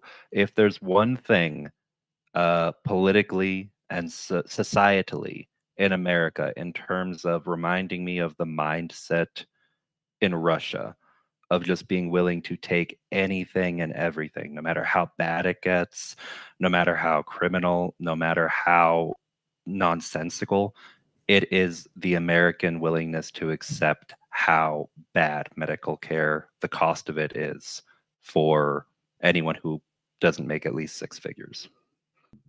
You drop out? Oh, Well, did I drop out? Yeah, you accept hat. Shoot, I'm sorry. I said if there's anything that reminds me and pains me in American society of Russia and the mindset of accepting whatever bullshit is thrown onto you, never questioning it, it is how bad medical care is if you don't make at least six figures in the United States. Yeah. Well, it's kind of funny you say that because the first time I was on the Shills, we were talking about Trump getting elected. And it's like, well, you know, it's going to be great if you make over six figures. Yeah. If you guys remember. Yeah. Yeah. There was an interesting thing that I think Dick brought it up in the one of our chats, was that there was a poll put out about the big, beautiful bill, and about 50% of Americans didn't even know it existed. Yeah. Almost 50% of Americans had no idea there was a big, beautiful bill, let alone what was in it. Yeah. How many of those do you think are hardcore MAGAs? How's that possible? They were talking about on Fox News that's all what they were talking about. I know. Yeah, but 50% of people don't watch the news. Yeah. Yeah. They're too busy trying to see if they can get their pet pig pregnant. What? That was a random statement. well, they're not going to do it that way. That's for sure. I was just trying to, prove exasperation in a way that, without using the word. Anyway, sorry, Commander. I was going to say, I I think it's less a case of, distracted. I'm more interested in watching Hollywood Squares or whatever. I think it really is a sense of nothing I say or do within the political system has an impact. So why should I bother to pay attention to it? I 100%. Oh, go ahead. Yeah, and I see that a lot. And what's particularly frightening to me is how many young people are that way. I mean, I remember, in my teens and early 20s, politics, being involved and knowing what was going on and trying to have an impact on things was really important to me and to many of the other people that were in my, social age bracket. Yeah. But today, I think a lot of people just have kind of given up because they think, it doesn't matter if I vote red or blue. It's all the same people doing the same things. Nobody really looks out for my interests. I think I think what we need is, somebody like Bernie Sanders-ish figure. I'm not saying Bernie now. Yeah, but 35 years old. Yeah. Somebody like that who stands up and starts offering, as FDR did, to bring us out of the Depression, that concept of a New Deal. Life is screwed in this country right now, and I'm going to offer you something different. I'm going to make life better for the majority of us, not for the select few at the top. Commander, I think that message is literally sitting on the table for the taking for the Democrats, starting in the primaries, whatever they're called. They're coming up, yeah. But look at what's happening with who was the guy who just recently won an election. Mamdani. Yeah, that guy. The amount of hate and pushback he's getting from the DNC. I know, but meanwhile, but they should be. It's because he's a progressive, and the DNC loathes progressive more than they do the most ardent MAGA. Yeah, but the problem here is the Democrats as a whole, the DMC, right? They're not learning from the fact that Mamdani totally used social media and interaction and showing it and whatnot in a way that Biden and Harris had no clue how to do. Yep, exactly. Right? They're totally missing the point. Don't get mad at the man. Get up to date with delivering the message. Yeah.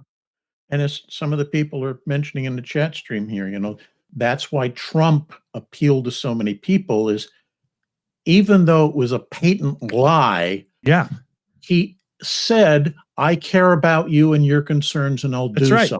Yeah. Even though they knew they were being lied to, they were still happier to have somebody who pretended to listen to them. Exactly. Than a bunch of people who, you're a flyover state. Why should I care what happens here? He kind of electrified the young vote more than Michael J. Fox's Alex P. Keaton character did during Family Ties, right? That's what you're going to have to do as a candidate for anything now, is electrify the young vote, because without doing that, the boomers outvote us. The millennials, the Gen Xers, Gen Ys, Gen Z, we're all outnumbered by the boomers. Yeah. Well, soon us assholes are going to start dying off. Hey, I'm an Xer by like 2 years, so I get a pass on that. But and I'm a mutant. I'm not too sure where I fit in. I'll tell you one thing, Dunk. Yoda had a pretty sizable head to the body, but you stretched it in making that avatar for yourself. Don't forget, the Gen Xers are the Elon Musks and the Peter Yeah. Tues. So yeah. As well. I just was randomly reminded of does anyone here who's familiar, I'm not going to pretend to be super familiar, but is anyone here familiar with domestic Ukrainian politics and the name Alexander Mereshko? I've heard it a few times, but I couldn't put a face to the name. remember a friend of mine sent me an article about this guy, and I was thinking, this is proof that we've got crazy stuff in every country, because this guy's an MP in the Rada, in the Ukrainian parliament, and he had originally nominated Donald Trump for the Nobel Peace Prize. Oh, That yeah. That guy, and he just withdrew that. It was within 24 hours, and they were like, "Oh, that was a bad decision." Yep. Yeah, it's man. I feel like we could go around in circles. There's enough crazy stories all over. I know. Right? I know. I Yeah. know. I know. The stuff with Musk. Now, I don't want to get too locked into Americanization here in the chat, but the stuff with Musk is furious over the bill, right? And if you think it's just about the subsidies because of being a clean car person, well, you've kind of fallen for it a little bit, because sure, there's subsidies there, but it's the cafe credits. If you look into it, Musk and Tesla are looking to lose 40% of their profit, not revenue, profit from 2024, right? I've been nailing this point home in a few of our 42 show videos, but the car companies that don't meet the emissions requirements have to buy credits from car companies that do, like Tesla electric cars. Tesla's income was 40% based on these credits. Trump's bill not only gets rid of those little subsidies and stuff that do amount to things, but it takes away the need of Ford, Chrysler, GM, and everybody of having to buy the cafe credits from Musk. And this is going to be devastating. It almost sounds like a targeted economic attack against him by someone who was angry. Yeah. We predicted this. But I do like when Trump says, well, he knew I was going to take away the subsidies. I do believe that Musk was like, yeah, we can stand on our own without the subsidies. That's fine. But the subsidies, the cafe credit requirements are not subsidies. And there's this weird disconnect in the public argument between them because nobody's admitting the true value of this. It's interesting. Do you think Elon Musk will go through with this America party? And I hope so. I hope he splits that vote. I hope that he will. Half of MAGA with him. Well, he did say, if it's the last thing I'll do. So. Yeah. And he's got the flipping cash, man. If he wants to, he can employ social media people to sell the message in subtle ways and stuff. And he can fund the people he wants to and make sure their message gets out in a very social media environment way, because he's got the employees from X and stuff that have the data, that understand. Don't underestimate what Musk can do. I mean, he got Trump to be the president. Yes. Tell him pretty much. Yeah. He's like, he really is like the evil real life Tony Stark after Ultron. Yeah. Well, yeah, he is the Ultron version, right? Yeah. One thing, if he does actually follow through on that I will be keeping a close eye on. Do any of you remember when there was like fear, among Democrat circles leading up to the 2022 midterms and 2024 election about the No Labels Party? Yeah. I'm wondering if Musk creates a new party, is there going to be a risk of, in the background, a concerted effort for some new party on the left to split the vote there as well? And take that further. If this new party splits the vote, would they be willing to do a coalition with the Democrats? Maybe, but coalitions are weird in U.S. politics because all you Yeah, can they really work do. well up here, right? And they, Yeah. obviously Israel's based on it and stuff, right? In the U.S., you basically just your candidate drops out and officially endorses another party's candidate, and you just basically don't take part in the election because yeah, because Canada's got a little bit of a healthier. It's still first past the post, but a little bit healthier the way that you have it set up. But in the U.S., I mean, it just feels so archaic. It's like it has not been updated properly. Yeah. And the chances of splitting a Democratic vote is entirely possible because, I mean, what I was just saying about the idea of a progressive run against the traditional DNC people. Yes. That would easily split that vote. And with the Democratic vote cannot be split coming up in the primaries and stuff. 100%. It has to be unified. Otherwise, we will, well, not we as a Canadian, but collectively, my American cousins and I will endure the full 4 years, right? Yeah, we will see a full 4 years of complete shitfuckery, as the Aussies Yeah. would say. The primaries have to be taken by the left, center, left. I hate all that shit. But the anti-MAGA has to take the primaries. It just has to. And the world needs this. It's not just America, right? Ukraine everywhere. needs it. Yeah, Ukraine man. needs it because we need someone in power who actually can be reasoned with. Yes. Who isn't. I mean, I'll be honest. I was a lot of people didn't like her, but I personally liked Kamala Harris. I liked the fact that unlike Joe Biden and Donald Trump, I wasn't literally concerned about her having dementia. I didn't feel like it was a Ronald Reagan repeat. Yeah, well, I was going to say, Sakai, even Reagan came around from his Russia is evil and started proper negotiations, unlike Trump, right? Oh, yeah, a lot more respect for Reagan, but no respect for Trump. Yeah, absolutely.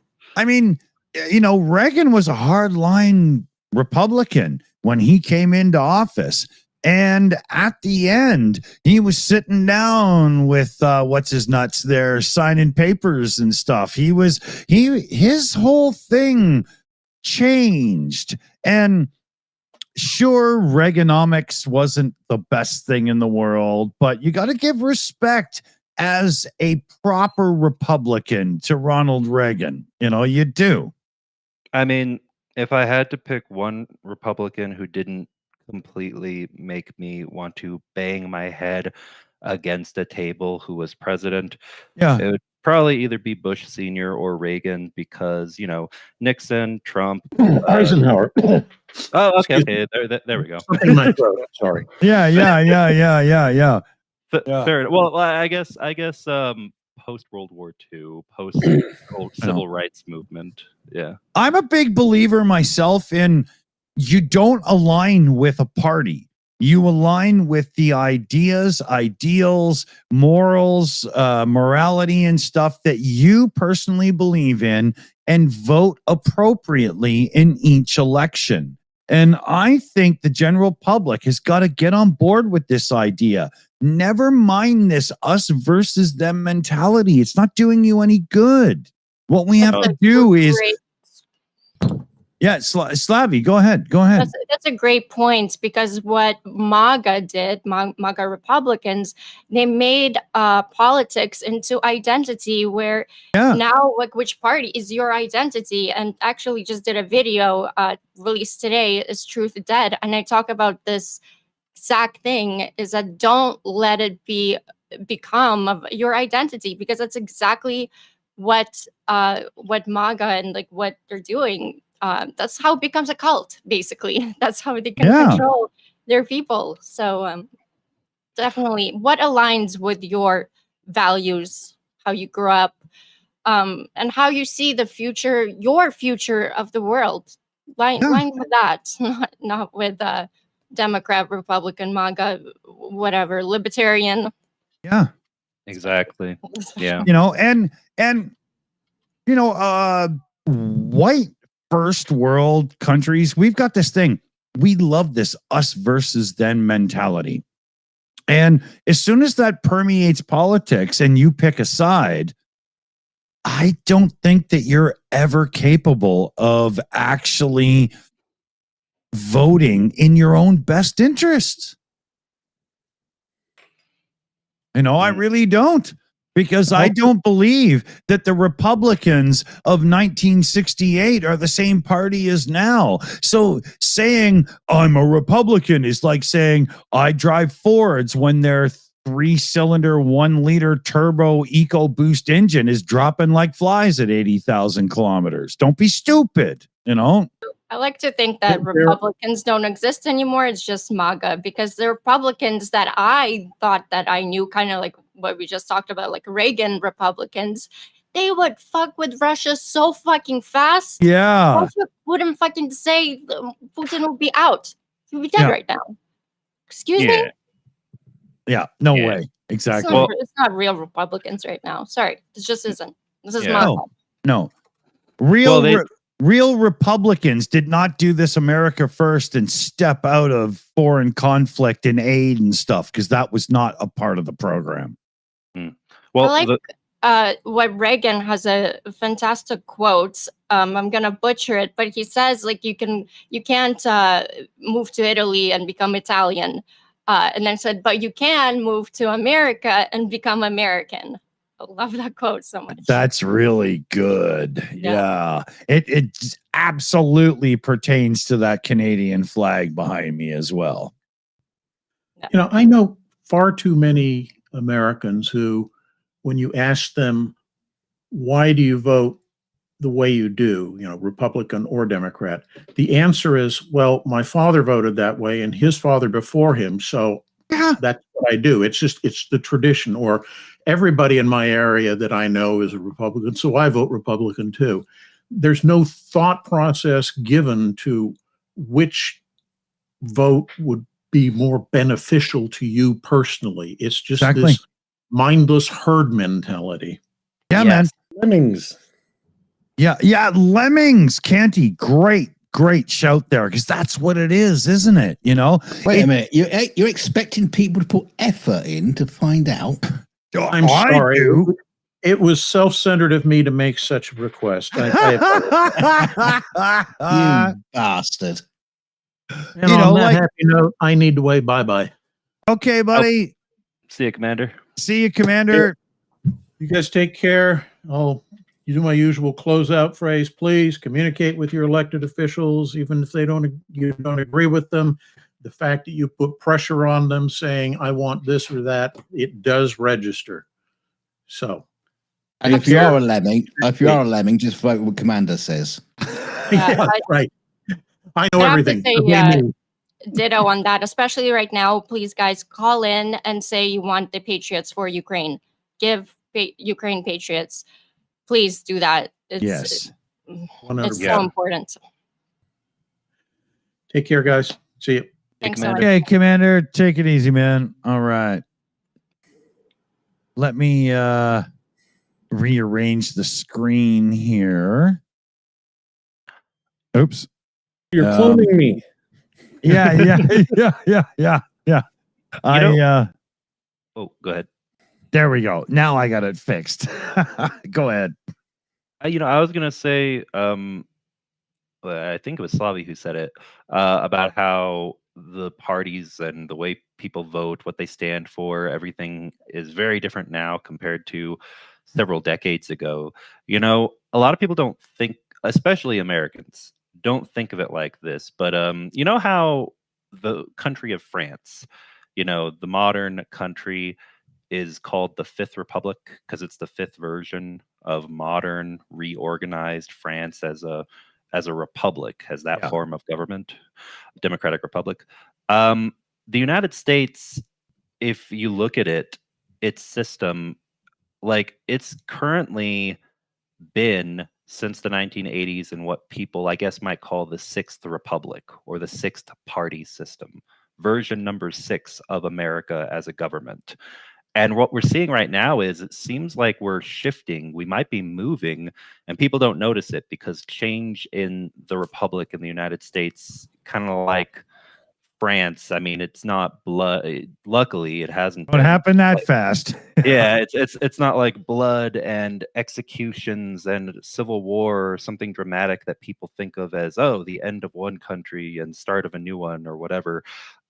It's just little subtle changes, and it feels like we're going from the Sixth Republic to like whatever comes next, the seventh two-party arrangement in the U.S. And I don't know, it's horrible and messy, and it seems to be throwing Ukraine under the bus, so I really hate it.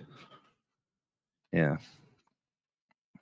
Anyway, hopefully things will improve soon. And don't hope for it. Get out there and do something about it. If you are an American listening, work to make your country better, because that's the only way that it can. All right. Anyway, enough with my rant. Do we have anything else Ukraine specific that we want to jump to? Slavi, do you have anything news related? Yeah. Let's see what we didn't cover.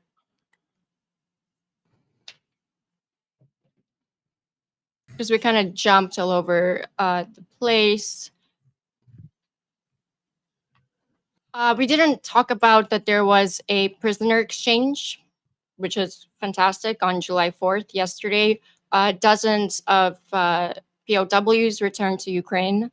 Thank God. Most had been captured from 2022. And this came days after another exchange under the Istanbul framework. So, yeah, I mean, Ukraine doesn't abandon its people, even while being abandoned by its allies. Strong statement that I cannot disagree with. Yep. Yeah. Sadly, I've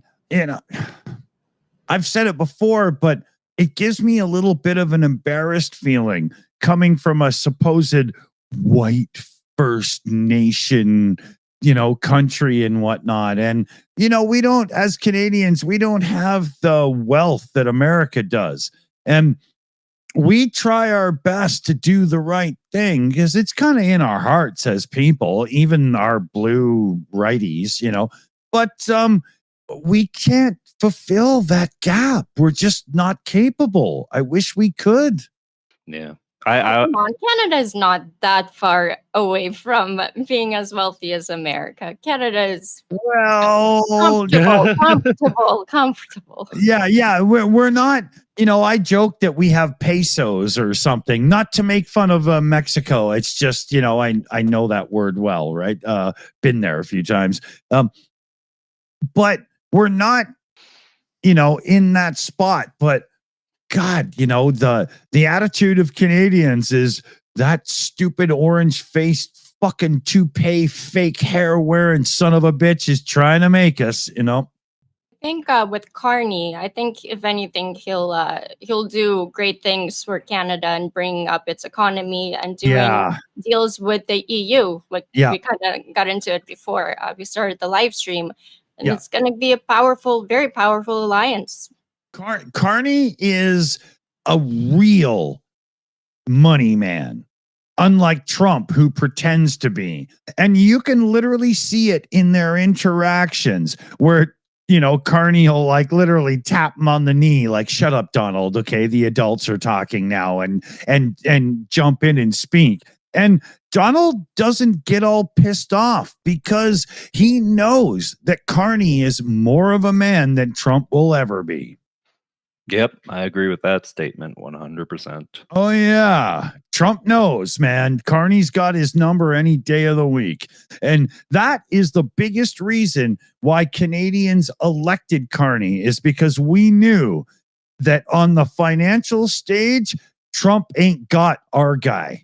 Our guy's got him, right? Yep. There was a huge amount that was going to vote for, was it Poilievre? Oh yeah, but that's that whole thing within white circles. The right are growing a bit, but as soon as the American right attacked Canada, Right. Polyve, whatever his name is there, he had no fucking chance. That was done. Yeah. Well, I actually was surprised. I talked to family friends, Ukrainian family friends in Canada, in Toronto, and they were like, no, we're still going to vote for Poilievre. I'm like, Yeah. Do you not see what's happening Yeah, here? yeah. Can I just point out, you can tell Slavi's lived here because she said Toronto without the second T. Did you hear that? Yep. I may not say the A anymore, but I say Toronto, right? Yeah. Toronto girl. Shout out Toronto. All right. Yeah, man. Yeah. Queen Street West was my favorite stomping ground in that town. Oh, I had a blast down there, hanging around the Elma Combo and the Bovine Sex Club, and oh, it was great. You know, what's Calgary and Edmonton? I mean, I'm assuming at least one of them was probably really big on Poilievre, right? As opposed to Carney. Oh, the way it works, it's kind of funny. If you look at Alberta, which is very right-leaning, you've got this thing going on where you look in the city ridings and they start lighting up red. And it not so much Edmonton, which is more north. It's more rednecky, but Calgary, that's a little bit more south, and it's Cowtown. So you would think that, it's very, but there's quite a few lefties because, and so, so this is the right voice, and this is the left voice. You're having fun with that thing, aren't you? Too much so, apparently. I should probably stop. Oh man. No, but yeah, Canada's been doing its part in helping Ukraine. Like I mentioned, a friend of mine was over there in Kiev, and she was there 16 hours nonstop, the siren going off while hundreds of missiles were dropping down on the city. And she's out there again. She's driving to, I won't say where, but several different places doing the work she's doing, trying to help out. Canada puts its money where its mouth is when it counts. It's difficult. It's such a huge fucking war. It's funny you say that because we drink a lot of beer and smoke a lot of pot, so we do put our money where our mouth is. I hear you. Canada has been, going way back. The first immigrants to Canada were Ukrainians in the 30s to work in the fields so I like to call it the middle Canada and like Saskatchewan and stuff. And they really showed Canada how to do the farming and agriculture. Oh, yeah. And then Canada was there for Ukrainians to escape Soviet repression as well. And Canada is there now. But the only problem is they take a lot of Russians in as well. A lot. Yeah, Slavy, my area, one of the reasons that we have apple orchards is from Ukrainians that came over. Yep. Yeah. Yep. Yeah. There's a lot of deep-rooted Ukrainians that also preserve Ukrainian culture. When they left, like in the 30s, they preserved the culture because Soviet authorities, they erased that culture in Ukraine. Yeah. So that whole preservation, they brought it here, and I find how Canada kind of kept it alive and kept the culture and everything is, it's great. Yeah. We've up and down the valley I live, you've got old school family Ukrainians that have little shops and things, and there's a couple of agricultural things and whatnot. There's a family, Slavy, just around the corner from me, and they share a deli with a Polish family and another group, and they have their own little thing inside. And you go in and you get Varianeki and all this, and it's just, and they love my son. They call me to let me know when there's fresh items going out so I can get over to get them and stuff.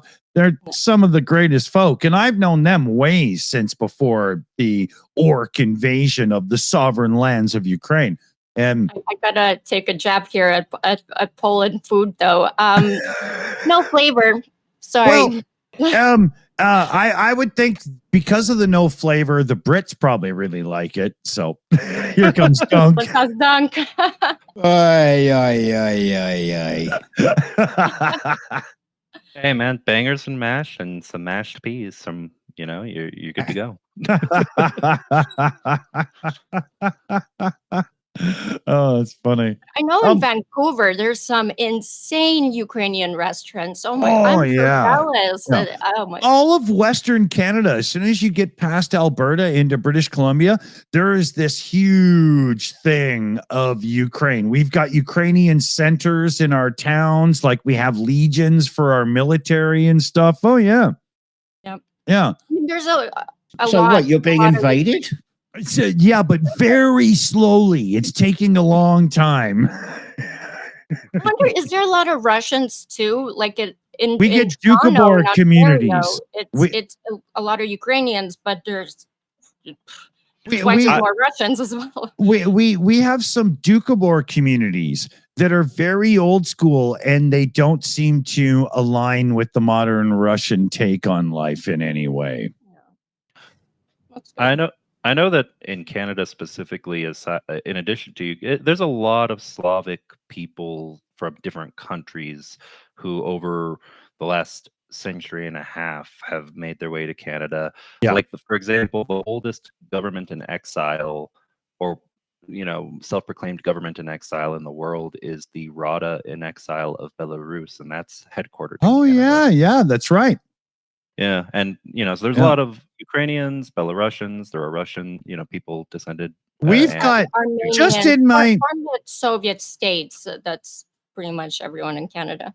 Just in my townhouse complex, we've got a Palestinian, an Iranian family, and a couple others, and all the kids just run around and play, and nobody gives a rat's ass. And we're just a great community that we all watch over each other's kids and try to help. And well, they should move the United Nations to your place.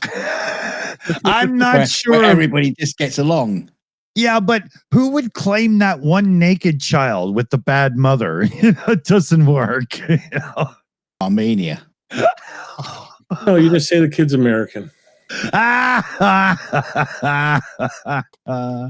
That's funny. That's funny. That's the girl from Montana. Okay. We're on for 2 hours. I'm not in a rush yet. Slavi, how you doing? I do have to go soon. But Okay. So let's get some shout outs done because we got a couple things here. Jerry Stander in the chat there dropped $30 in our donor wall for the Car for Ukraine fundraiser. Big shout out. We also had a second one just underneath it. It's very much anonymous. So thank you for 20 euros.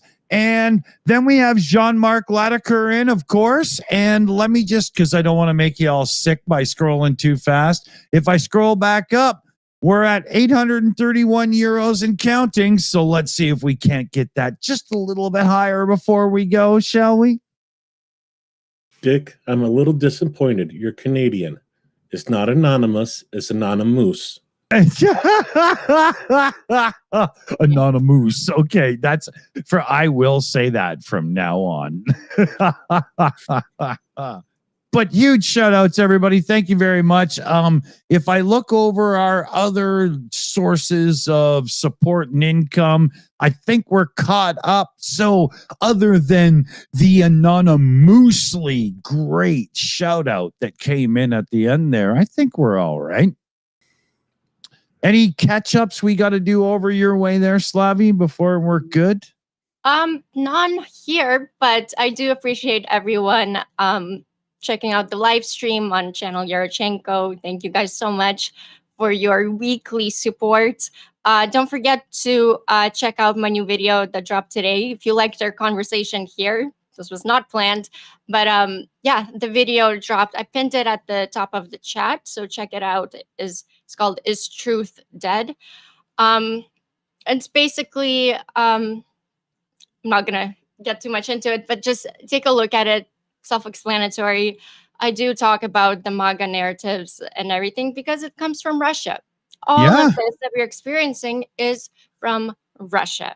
There's so much of it that's traceable back to the churning foundry of bullshit that is really trying to take control of the narrative. And you can see it everywhere, can't you?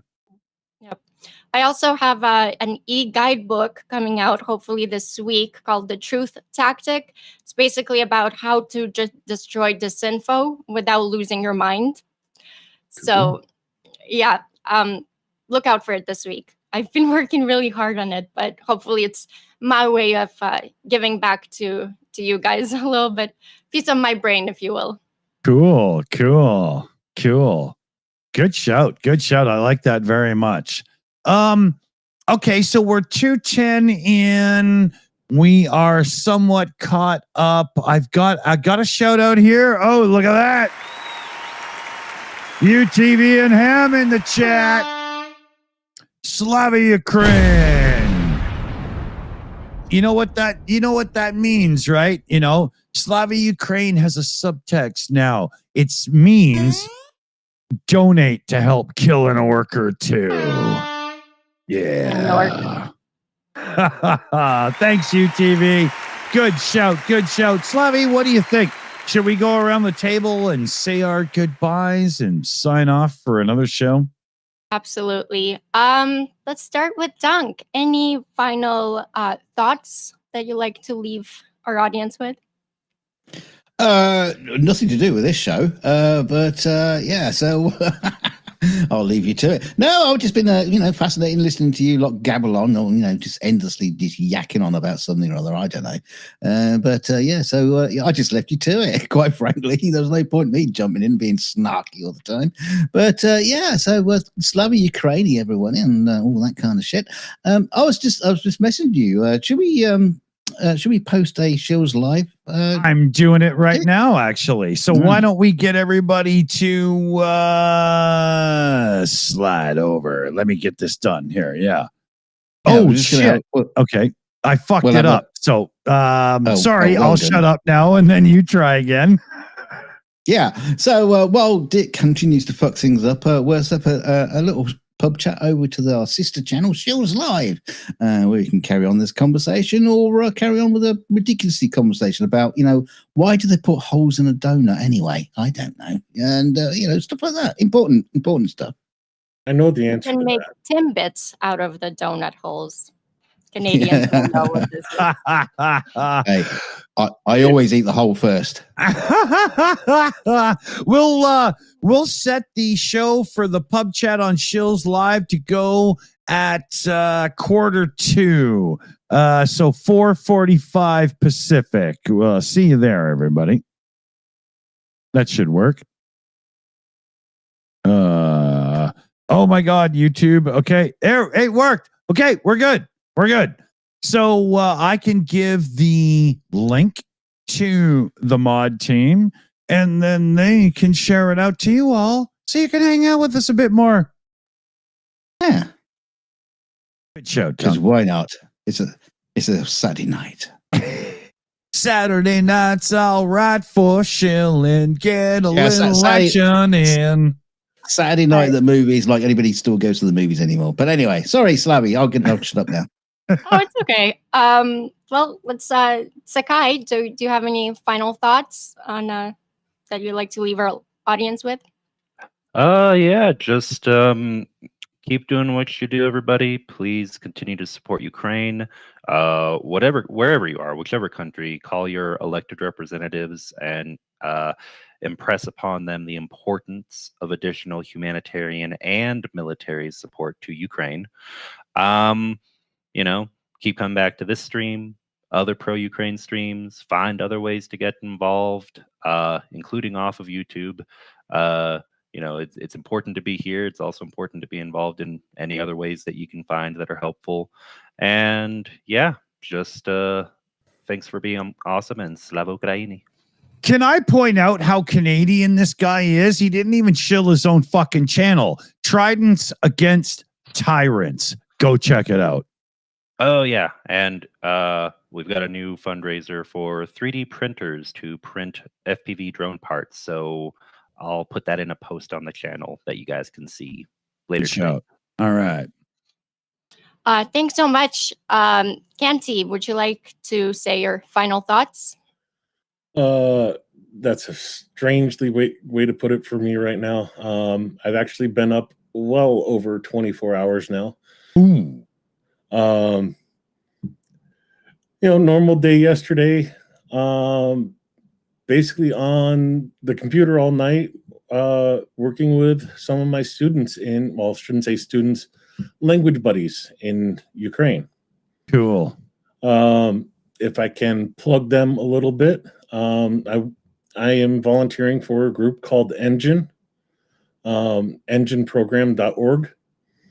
They're looking for native English speakers to have practice sessions with Ukrainians trying to improve their English. Oh. Do they need people that speak primarily slang but do actually understand English? Because I could help. Yes, because a lot of what Ukrainians have problems with is slang and phrasal verbs, and phrasal verbs are basically slang. Yeah, Dickie said English, not gibberish. Yeah. If I can make them understand me, dude, we're really on to something. Maybe we should chat. Yeah, they're always looking for people. There's so many more people in Ukraine trying to improve their English, and it costs so much in Ukraine to hire somebody to practice English with. Really? Yeah, it's about $10 an hour. US to practice with. Can I just jump in really quick? Sorry, Canty, but this is worth it. Trust me. How many people in the live chat right now would donate a few hours a week to help Ukrainians with better English? I want to see a 1 in the chat for a yes, and don't fucking answer me unless your answer is yes. So it's just a new show, Ukrainian PubChat. Yeah. Yeah, I put the link in the chat for us. If you want to share it out on Canty, send it to me as soon as we're done. I'll put it in the description as well to make sure it's there for the long term. Okay. All right. Well, thanks so much, Canty. It's fantastic what you're doing. To everyone on the panel, thank you so much for helping Ukraine. Thank you to all our mods on both of the channels, the Shills and Yarchenko channel. To every single one of you who showed up, not to just watch, but to witness, to speak truth, to stand your ground. Because what we're fighting here isn't just propaganda, it's apathy, it's silence, it's the slow erasure of a people who dare to want freedom. Ukraine is being bombed and blamed for trying to survive. And still it stands for all of our freedom. But no nation can stand alone forever. So if this broke your heart, what happened on July 4th, don't just feel something, do something. Please call your representatives, support Ukraine, support the voices that keep telling the truth, even when the world would rather look away. We are backed by you. So the people who still believe in freedom is worth fighting for. Like, subscribe, share, donate if you can. Thank you so much to the ones that donated. And because this isn't just a live stream, this is a lifeline.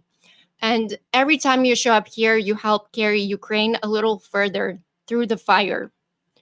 So on that note, God bless the ones who stand for freedom and democracy. And Slava Ukraini. Heroam Slava. Heroam Slava. Take care, everybody. Thanks to all our supporters, donators. Remember, check for Kari for Ukraine in the live chat, in the description as well. Your donations help there like you have no idea. These people are working their ass off to supply medivac, troop transport, rocket trucks, the whole 9 yards. It's seriously important. And Yeah, and- every little thing you do helps. Yeah, so go and put some shitty reviews of Moscow on TripAdvisor. Well done. You know, I want to see TripAdvisor reviews that say, I was in Moscow, and until I saw that drone invasion, it was a really boring place to be. I want to see reviews that say the giant flaming eye made me really uncomfortable. It's actually Russia's soft power. Like when you see those like top 10 places to travel to in the world post, Yeah. and you see Moscow on there, that's Russia's soft power trying to, you know, amp up their culture. So please do destroy that. Exactly. Tell the Destroy truth. it all until Russia is carved up like the Middle East was after World War One. Nobody's safe. That's the end game as far as I'm concerned. Slava Ukraine. Heroям slava. Heroям slava. Well said.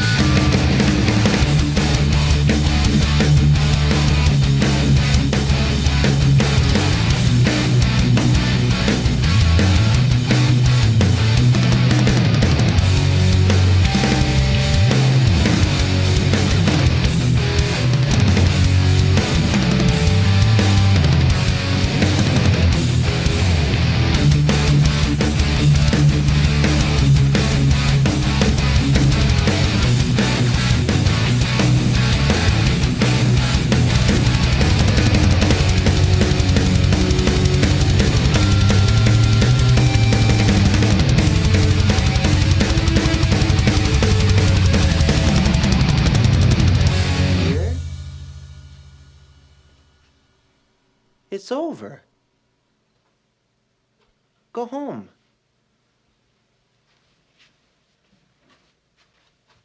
Go.